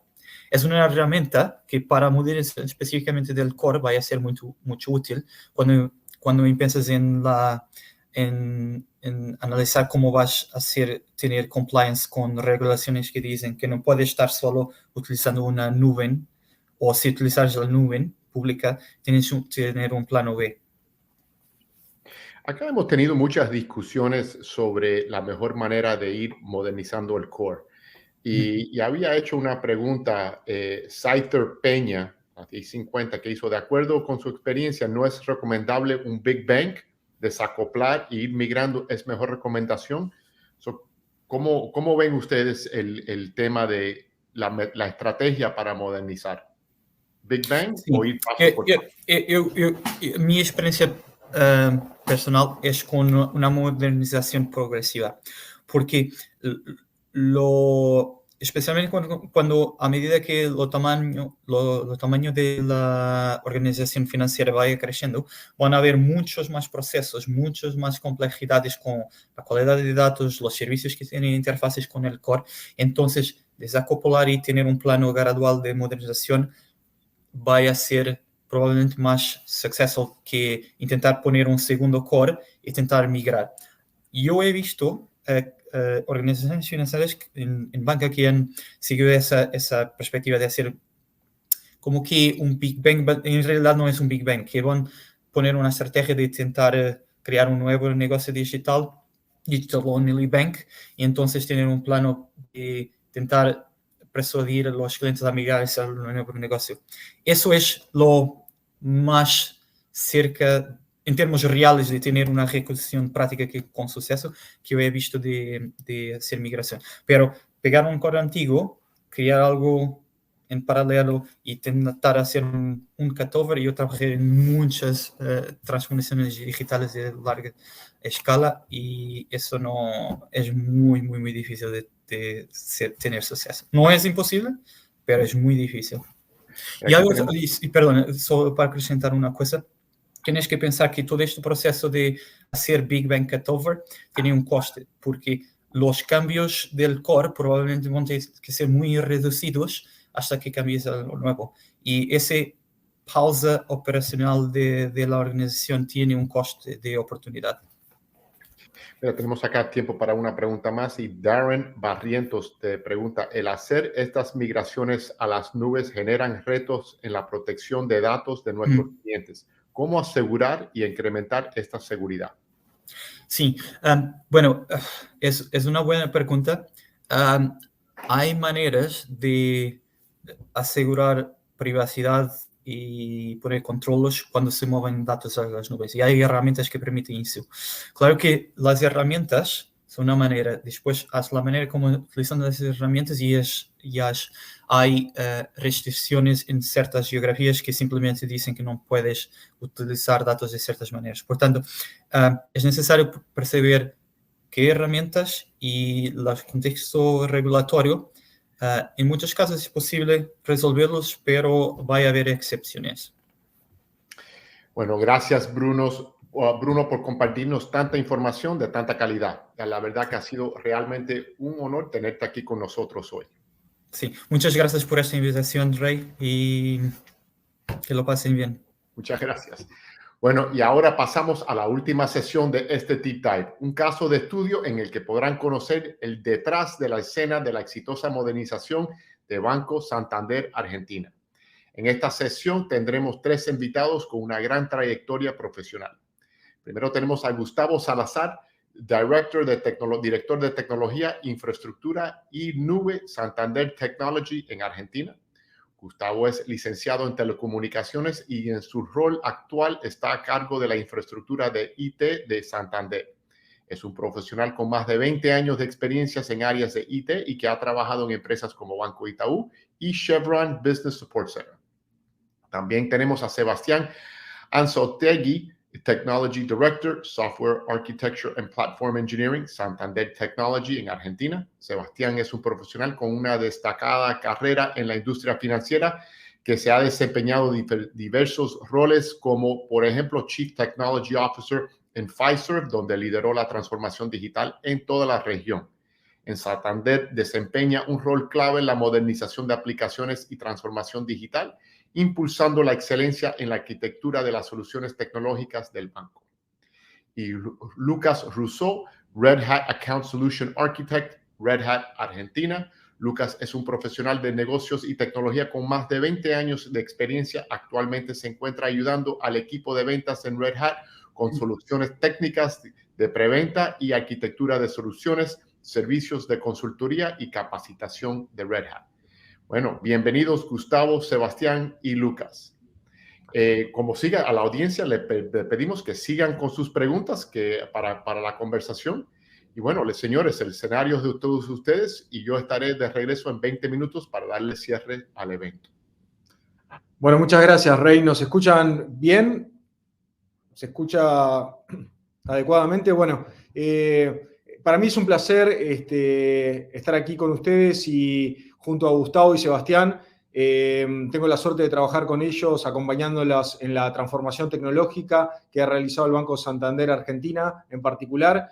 Y bueno, vamos a estar conversando con ustedes sobre dicha transformación. Así que la primera pregunta que tengo para Sebastián y Gustavo es cómo comenzó esta transformación unos años atrás y cuáles fueron los principales desafíos que enfrentaron. Bueno, buen día a todos y gracias, Rey, por la invitación, equipo FinTech Américas y Red Hat. Y respondiendo a tu pregunta, Lucas, nosotros nos embarcamos en este proceso de modernización hace un poco más de cerca de 3 años y, como se puede imaginar, nos encontramos con un sinfín de desafíos, ¿no? Que a mí me gusta agruparlo como en 2 grandes bloques. O sea, porque primero nos encontramos con todo lo que son los desafíos culturales. Por ejemplo, cuando llegamos a la organización no había prácticas DevOps, había mucha resistencia al cambio. Y sobre todo el cambio en el core bancario y los monolitos que se habían generado alrededor del core bancario, que eran también lo que nos generaba el mayor ingreso de dinero, ¿no? Y a eso se le sumaron todos los desafíos técnicos, o sea, desde acoplamiento aplicativo, arquitecturas obsoletas, complejas, y una necesidad muy grande de nivelar los skills en la organización, todo el conocimiento. O sea, pues empezamos a hablar de APIs, de microservicios, de arquitectura orientada a objetos, pero no estábamos hablando todos el mismo idioma. Y por eso también creo que la primera parada que hicimos en ese camino fue justamente la de dedicarle mucho tiempo a construir un equipo de trabajo con una mirada diversa, con conocimientos diversos que nos ayude a justamente transitar esta modernización, sin perder también de vista un proyecto, al menos que utilizamos justamente para poner como caso de éxito de ese modelo. Porque al principio la realidad es que la adopción cuesta, pero si uno lo que presenta son los beneficios, un caso de éxito, se va haciendo cada vez más fácil. Pero también sí es cierto que hay algo que puede sucedernos. A nosotros nos pasó también al principio que queríamos hacer todo al mismo tiempo, ¿no? O sea, es muy de pensar uno que puede agarrar todas sus aplicaciones obsoletas, las mete en una aplicadora de software y de repente al otro día tiene microservicios y APIs. Y no hay nada más lejos de la realidad, ¿no? Entonces ahí tuvimos que arrancar con ese primer caso, promoverlo, darle publicidad a los beneficios que nos trajo la transformación. Sí, forzarlo al principio y después ya la adopción fue tomando ritmo y se fue dando también que los mismos equipos iban levantando la mano para sumarse a este proceso. Y por eso, capaz que para resumirlo un poco, y sé que puede sonar un poco trillado también, ¿no? Pero creo que ahí lo abordamos con una combinación en la mejor tecnología, pero también poniendo a las personas en el centro de esa innovación y modernización. Y acá cuando me refiero a personas, no hablo solamente de nuestro equipo interno, sino también del cliente, que obviamente era también un pilar central para nosotros en la modernización. Seguramente Gus también tenga otro punto, ¿no? Tal cual. Creo que los desafíos más grandes que tuvimos desde el inicio en lo que fue la transformación y la adecuación de todo, la infraestructura y las plataformas tecnológicas de Santander, el primer punto fue hacer la declaración de lo que estaba bien y lo que estaba mal, ¿no? Fue clave partir desde un momento base cero en decir, tenemos que evidenciar todo lo que claramente no está funcionando y hacerlo visible. Es muy difícil poder encarar un proyecto de transformación sin tener una declaración de todo lo que sabemos que no está funcionando. En el marco de esa declaración empiezan a aparecer montones de cuestiones, plataformas tecnológicas obsoletas, procesos inadecuados, lentos, procesos burocráticos, servicios que no están brindando los entregables que hace falta, pero todo en el marco de la adecuación y alineamiento de la estrategia, ¿no? Como bien decía Seba, a los inicios fueron más que nada culturales y ordenarnos internamente en paralelo a crear equipos. Tuvimos que pasar por un proceso de armar equipos de cero, establecer los caminos, los estructurales básicos sobre los que teníamos que trabajar y empezar a armar estrategias y planes de acción en base a eso.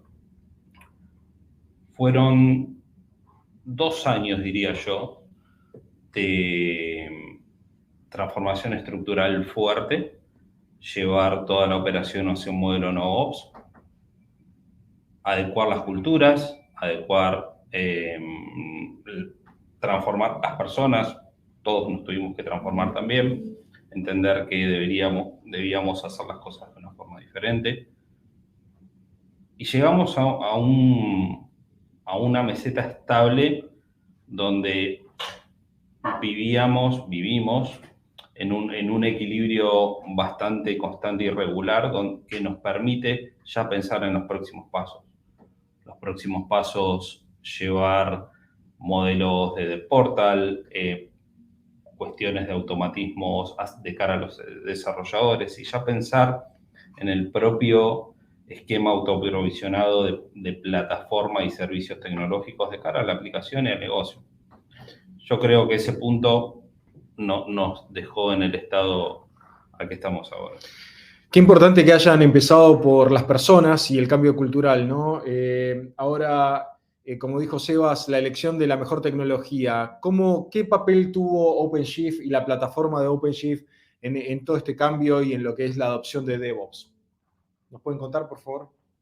Bueno, ahí OpenShift obviamente tuvo un papel clave para nosotros en todo este proceso de modernización de aplicaciones, porque la simplificación en todo lo que es el gobierno, en la gestión de contenedores, nos ayudó en un momento en el cual empezamos a tener un crecimiento exponencial de microservicios y APIs, ¿no? Porque la realidad es que al principio sí cuesta que tome ritmo, pero una vez que tome ritmo te vas a dormir y al otro día tenés el doble de los microservicios y las APIs, y eso sin gobierno se puede convertir en un Frankenstein.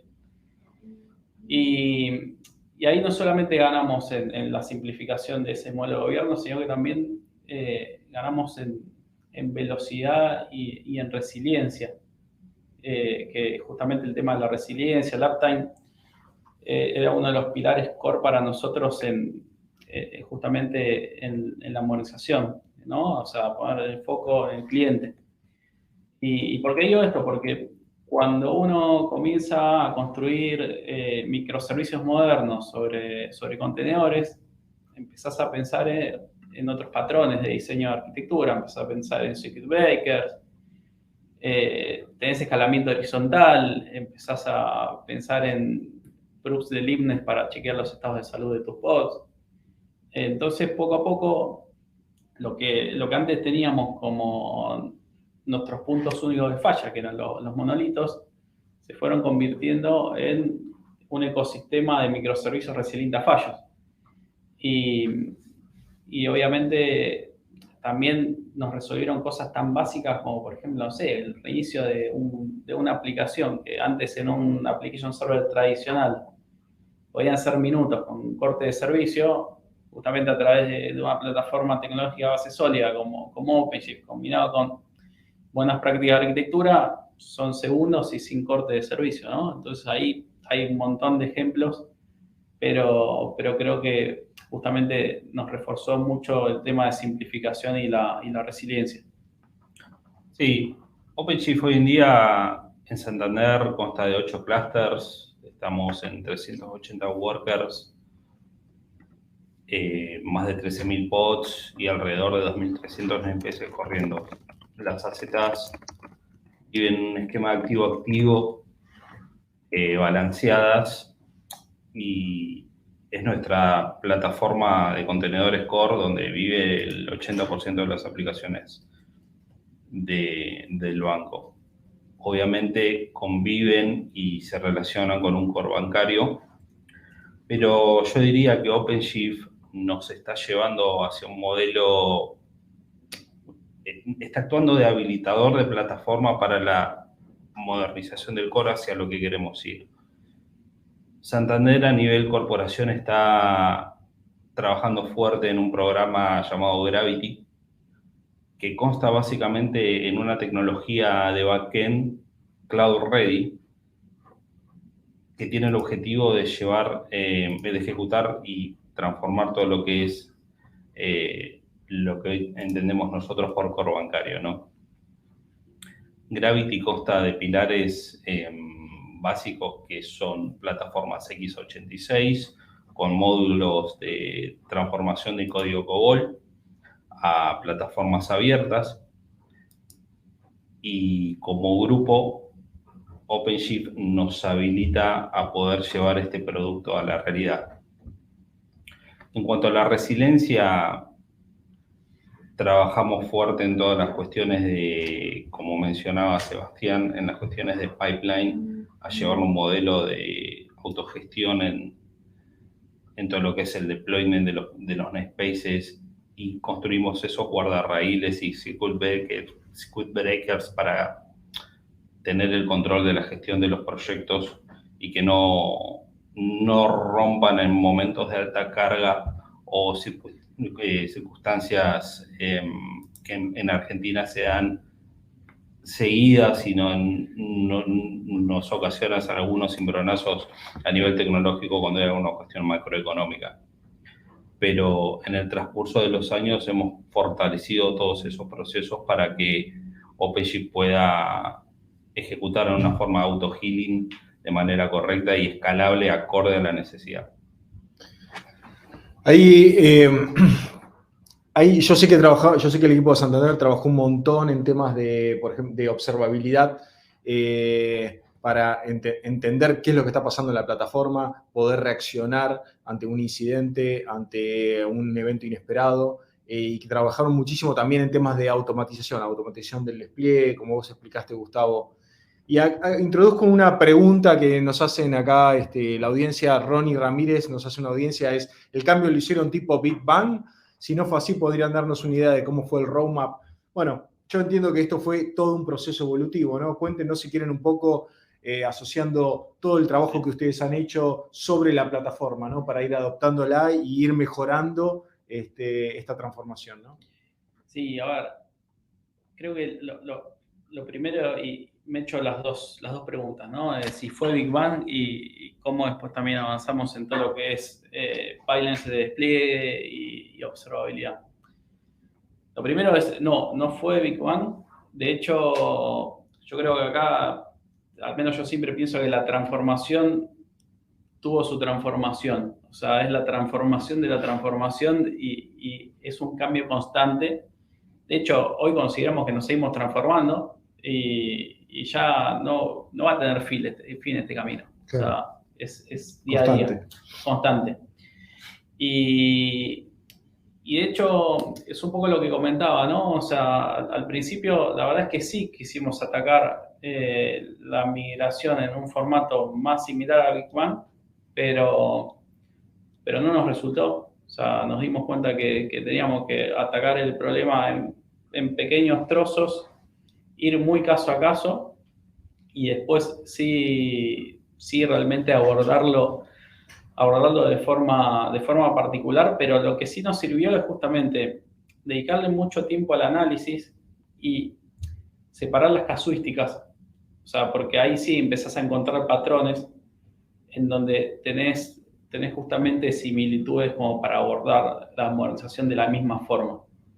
Entonces quizás de ese gran problema lo podés partir en 10 pequeños pedazos, no tan chicos, pero que sí tienen un patrón en común, y abordar cada uno con una estrategia individual, ¿no? Y bueno, justamente uno de los problemas que teníamos era que los despliegues se hacían todos a mano. O sea, y los tickets, era el ticket del ticket, burocracia, y justamente hace una semana estábamos mirando las métricas de Time to Market, y ahí fue donde vimos todo el trabajo que se viene haciendo, que insisto un poco en que no es del día a la noche, ¿no? Esto es producto de 3 años de transformación. Y en términos de Time to Market, por ejemplo, tuvimos una reducción del 95% en tiempos de despliegue. O sea, estamos hablando de que hoy, por ejemplo, sobre OpenShift, podemos desplegar un componente aplicativo, un micro, una API, en menos de un minuto, en segundos. Y eso también, al tener una plataforma homogénea, nos permitió poder automatizar el 100% de los despliegues aplicativos. O sea, hoy no tenemos ningún despliegue sobre OpenShift que sea a mano, lo cual también nos ayudó a resolver temas de resiliencia y seguridad, porque obviamente es mucho más seguro hacerlo a través de un pipeline automatizado que hacerlo a mano sin ningún tipo de control, ¿no? Que acá es donde también se empieza a mezclar justamente la seguridad con la automatización. Y en observabilidad nos pasó algo también muy similar, que también fue parte de esa transformación y no fue en un formato Big Bang, sino que fue muy paulatino hasta que dimos justamente con la receta, que a nosotros de hecho nos sirvió, pero cada uno va a tener su propia receta, pero seguramente muchos de ustedes también lidiaron con tener observabilidad en application servers tradicionales, donde si por ejemplo tenés una aplicación Java, tenés que instrumentar tu librería en la Java Virtual Machine, ir muy caso a caso, lo cual no escala y es difícil de gobernar, ¿no? Y nosotros en nuestro caso, que usamos como herramienta de observabilidad Dynatrace, directamente nos integramos con un operador en la plataforma de OpenShift y automáticamente ya pudimos traer esa observabilidad de todos los clústeres de la salud, digamos, de la infra, y también de tipo APM o full stack sobre los namespaces y los proyectos que están desplegados, ¿no? Y siempre que creo que lo que queremos hacer con Gus y con el equipo es también mezclar la parte de transformación técnica con la parte de transformación cultural. O sea, porque acá estoy mencionando la parte técnica, pero la realidad es que este modelo de cambio de observabilidad nos ayudó justamente a democratizar el monitoreo, ¿no? O sea, lo que antes era que el monitoreo era responsabilidad solo del equipo de operaciones o de infraestructura, pasó a ser, mira, ahora el monitoreo lo tenés desde el día 0 de la creación del proyecto y está disponible para todo el mundo, para el negocio, para infraestructura, operación, desarrollo. Y de esa forma pudimos ir enfocando el monitoreo hacia el verdadero responsable de ese monitoreo, que es el dueño aplicativo y el dueño del producto, ¿no? Y bueno, así creo, Gus, que debe haber un montón de ejemplos más, ¿no? A ver, originalmente, y volviendo al planteo del Big Bang, claramente en los inicios arrancamos los esquemas de observabilidad y monitoreo pensándolos de forma tradicional, ¿no? Es decir, el equipo de sistemas operativos monitoreando los sistemas operativos, el equipo de redes monitoreando las redes, el equipo de plataforma de contenedores mirando, digamos, todo muy segmentado.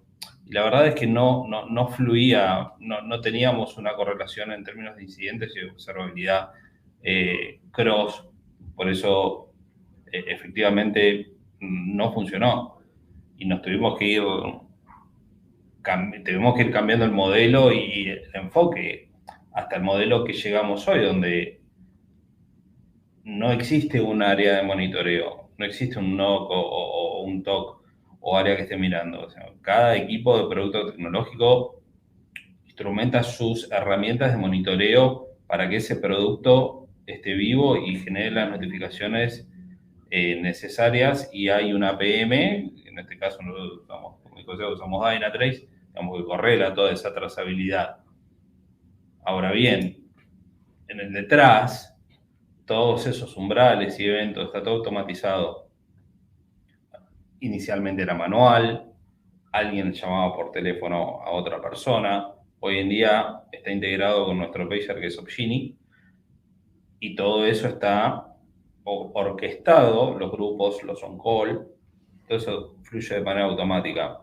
En paralelo fuimos construyendo visibilidad ad hoc, ¿no? Obviamente con Dynatrace empezamos con la parte de health check, después fuimos a la parte de full stack, empezamos a tener una trazabilidad muy fina. Con OpenShift en particular, tuvimos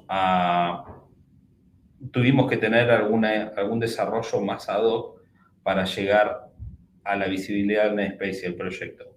Hoy en día estamos llegando a tener una visibilidad propia de cada namespace en cada contenedor, y tenemos integraciones de eventos por excesos porque está escalando mal o están llegando al límite del HPA o no está teniendo la cuota adecuada. Y los próximos pasos que estamos haciendo es activar automatismos que corrijan esas definiciones que nacen desde el pipeline, ¿no?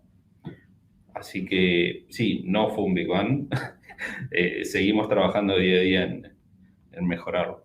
Bueno, lamentablemente, como dicen en la televisión, el tiempo es tirano, se nos acabó el tiempo, pero me gustaría, aunque sea, tener las últimas 2 palabras de Gustavo y Sebastián, aprovechar toda su experiencia, todo el trabajo que han realizado y que nos den, aunque sea 1 o 2 consejos principales para que la audiencia se pueda llevar en todo este camino de transformación y que lo puedan incorporar a su día a día.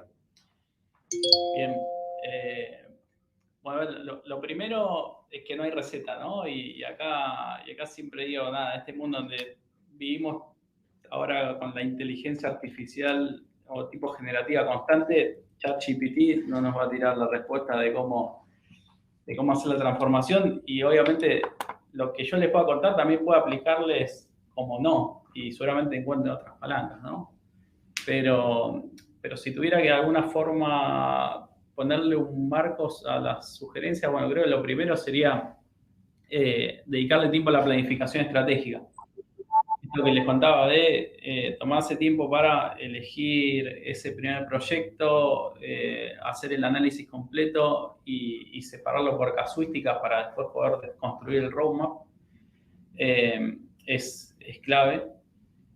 Pero también eso acompañándolo, ¿no?, con expertos. Y acá hablo con expertos, en nuestro caso, en OpenShift, en la plataforma, pero también expertos en transformación digital o en modernización de aplicaciones o que hayan tenido éxito, ¿no? Porque creo que también, o sea, todo suma. Pero ahí hay un segundo punto muy, muy relevante que tiene que ver con las métricas. O sea, construir todo lo que son los mecanismos de medición. Porque realmente la potencia es increíble en las métricas, y eso fue algo que nos pasó, ¿no? Que nosotros arrancamos, no teníamos todas las métricas que hubiéramos querido tener, y después perdimos mucha visibilidad, y la verdad es que el tener la foto del antes y el después, en los casos que lo tuvimos, nos dio mucha potencia para apalancar presupuesto, darle visibilidad a los sponsors, medir realmente los factores de éxito de la transformación, ¿no? Porque nosotros, por ejemplo, encontramos ahí que, como les contaba, Time to Market, tuvimos una reducción importante, pero después también vimos que, logramos el primer punto de NPS respecto al cliente de Banco Privado en Argentina. Y así fuimos encontrando diferentes beneficios que nos trajo este camino y que probablemente ustedes tengan distintos, pero que también es importante llevarlo a través de métricas. Y como último punto, y para no estirarme más, porque ya Lucas me está sacando de pantalla, creo que la construcción del equipo es de lo más importante, pero sobre todo un equipo que tenga el apoyo y el compromiso de toda la organización. Porque muchas veces se suele pensar que o es un proyecto de infraestructura o de arquitectura o de desarrollo. La realidad es que es un proyecto donde también tiene que estar muy alineado estratégicamente con los objetivos del negocio, producto y toda la organización, ¿no? Creo que eso es clave, y tener eso es ya el 50% de la transformación con éxito. Creo que Seba cubrió bastante bien cómo se debería armar la receta en base a la experiencia que hemos tenido nosotros, ¿no? Claramente no debe haber muchas formas de transitar este camino y abordarlo. Tener los datos y las métricas y los indicadores correctos son los que habilitan a tecnología a presentar los casos de negocio. O sea, obviamente la tecnología es un habilitador, no fluye si no hay un sponsor o una definición y convencimiento a nivel organización de que esto es lo que se tiene que hacer y eso es lo que tiene que evolucionar. Por otro lado, no vemos cómo hoy en día no puede llegar a estar afuera de la ecuación el aspecto de nube pública, nube híbrida. Es muy importante porque en determinadas cuestiones de país, en algunos casos puede ser más doloroso la inversión del lado de hardware, del lado de servicios. Entonces, uno necesita moverse a escala y necesita moverse a escala rápido. La nube nos proporciona eso. Ahora bien, tenemos que tener en cuenta cuestiones de nube híbrida, nube multinube en términos de proveedores. Ahí empiezan a aparecer jugadores clave en todo esto. Tenemos que ir con Aro, tenemos que ir con Rosa, tenemos que tener una gestión centralizada, nos tenemos que mover rápido si hay que ir de un lado a otro en términos de diversificar servicios. Entendemos que el propósito y el fin de todo lo que hacemos detrás es también tener una disponibilidad del 100% o de la máxima disponibilidad posible. Y ahí empiezan a jugar todos estos factores. Bueno, muchísimas gracias. Espero que esta experiencia haya sido valiosa para toda la audiencia. Tiene muchas lecciones aprendidas y espero que hayamos podido transmitir algunas de ellas. Gustavo, Sebastián y Lucas, la verdad que realmente fabuloso lo que nos han contado y el conocimiento de primera mano tan valioso que nos pasaron a la comunidad. Muchísimas gracias. Gracias a ustedes, muy amable. Bueno, a mí me gustaría haber podido seguir la conversación con ellos, pero ya como dijo, allá se nos acabó el tiempo y el tiempo es tirano, como digo. Y creo que es justo decir que estas sesiones han pasado volando. Tuvimos líderes regionales de modernización y expertos quienes nos compartieron su visión, experiencias y conocimientos sobre el tema de hoy, la modernización del core. Muchas gracias a todos. También nos gustaría darles las gracias a ustedes como miembros de la comunidad de FinTech Américas por asistir.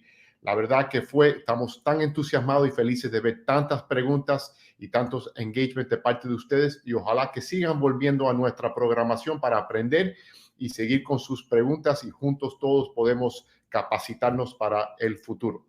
Recuerden que todos los asistentes que se han quedado hasta el final del programa van a recibir una certificación y badges que pueden compartir y sumar a sus perfiles de LinkedIn y compartir con toda su red de contactos. Si tienen alguna pregunta al respecto, no duden de escribirnos.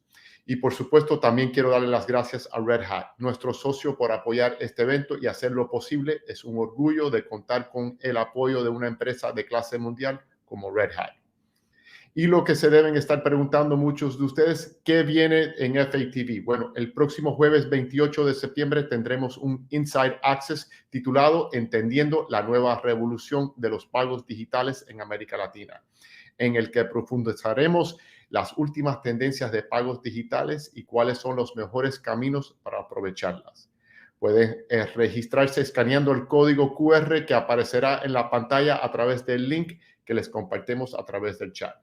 Muchas gracias nuevamente y un saludo de parte de todo el equipo de FinTech Américas. Nos vemos pronto.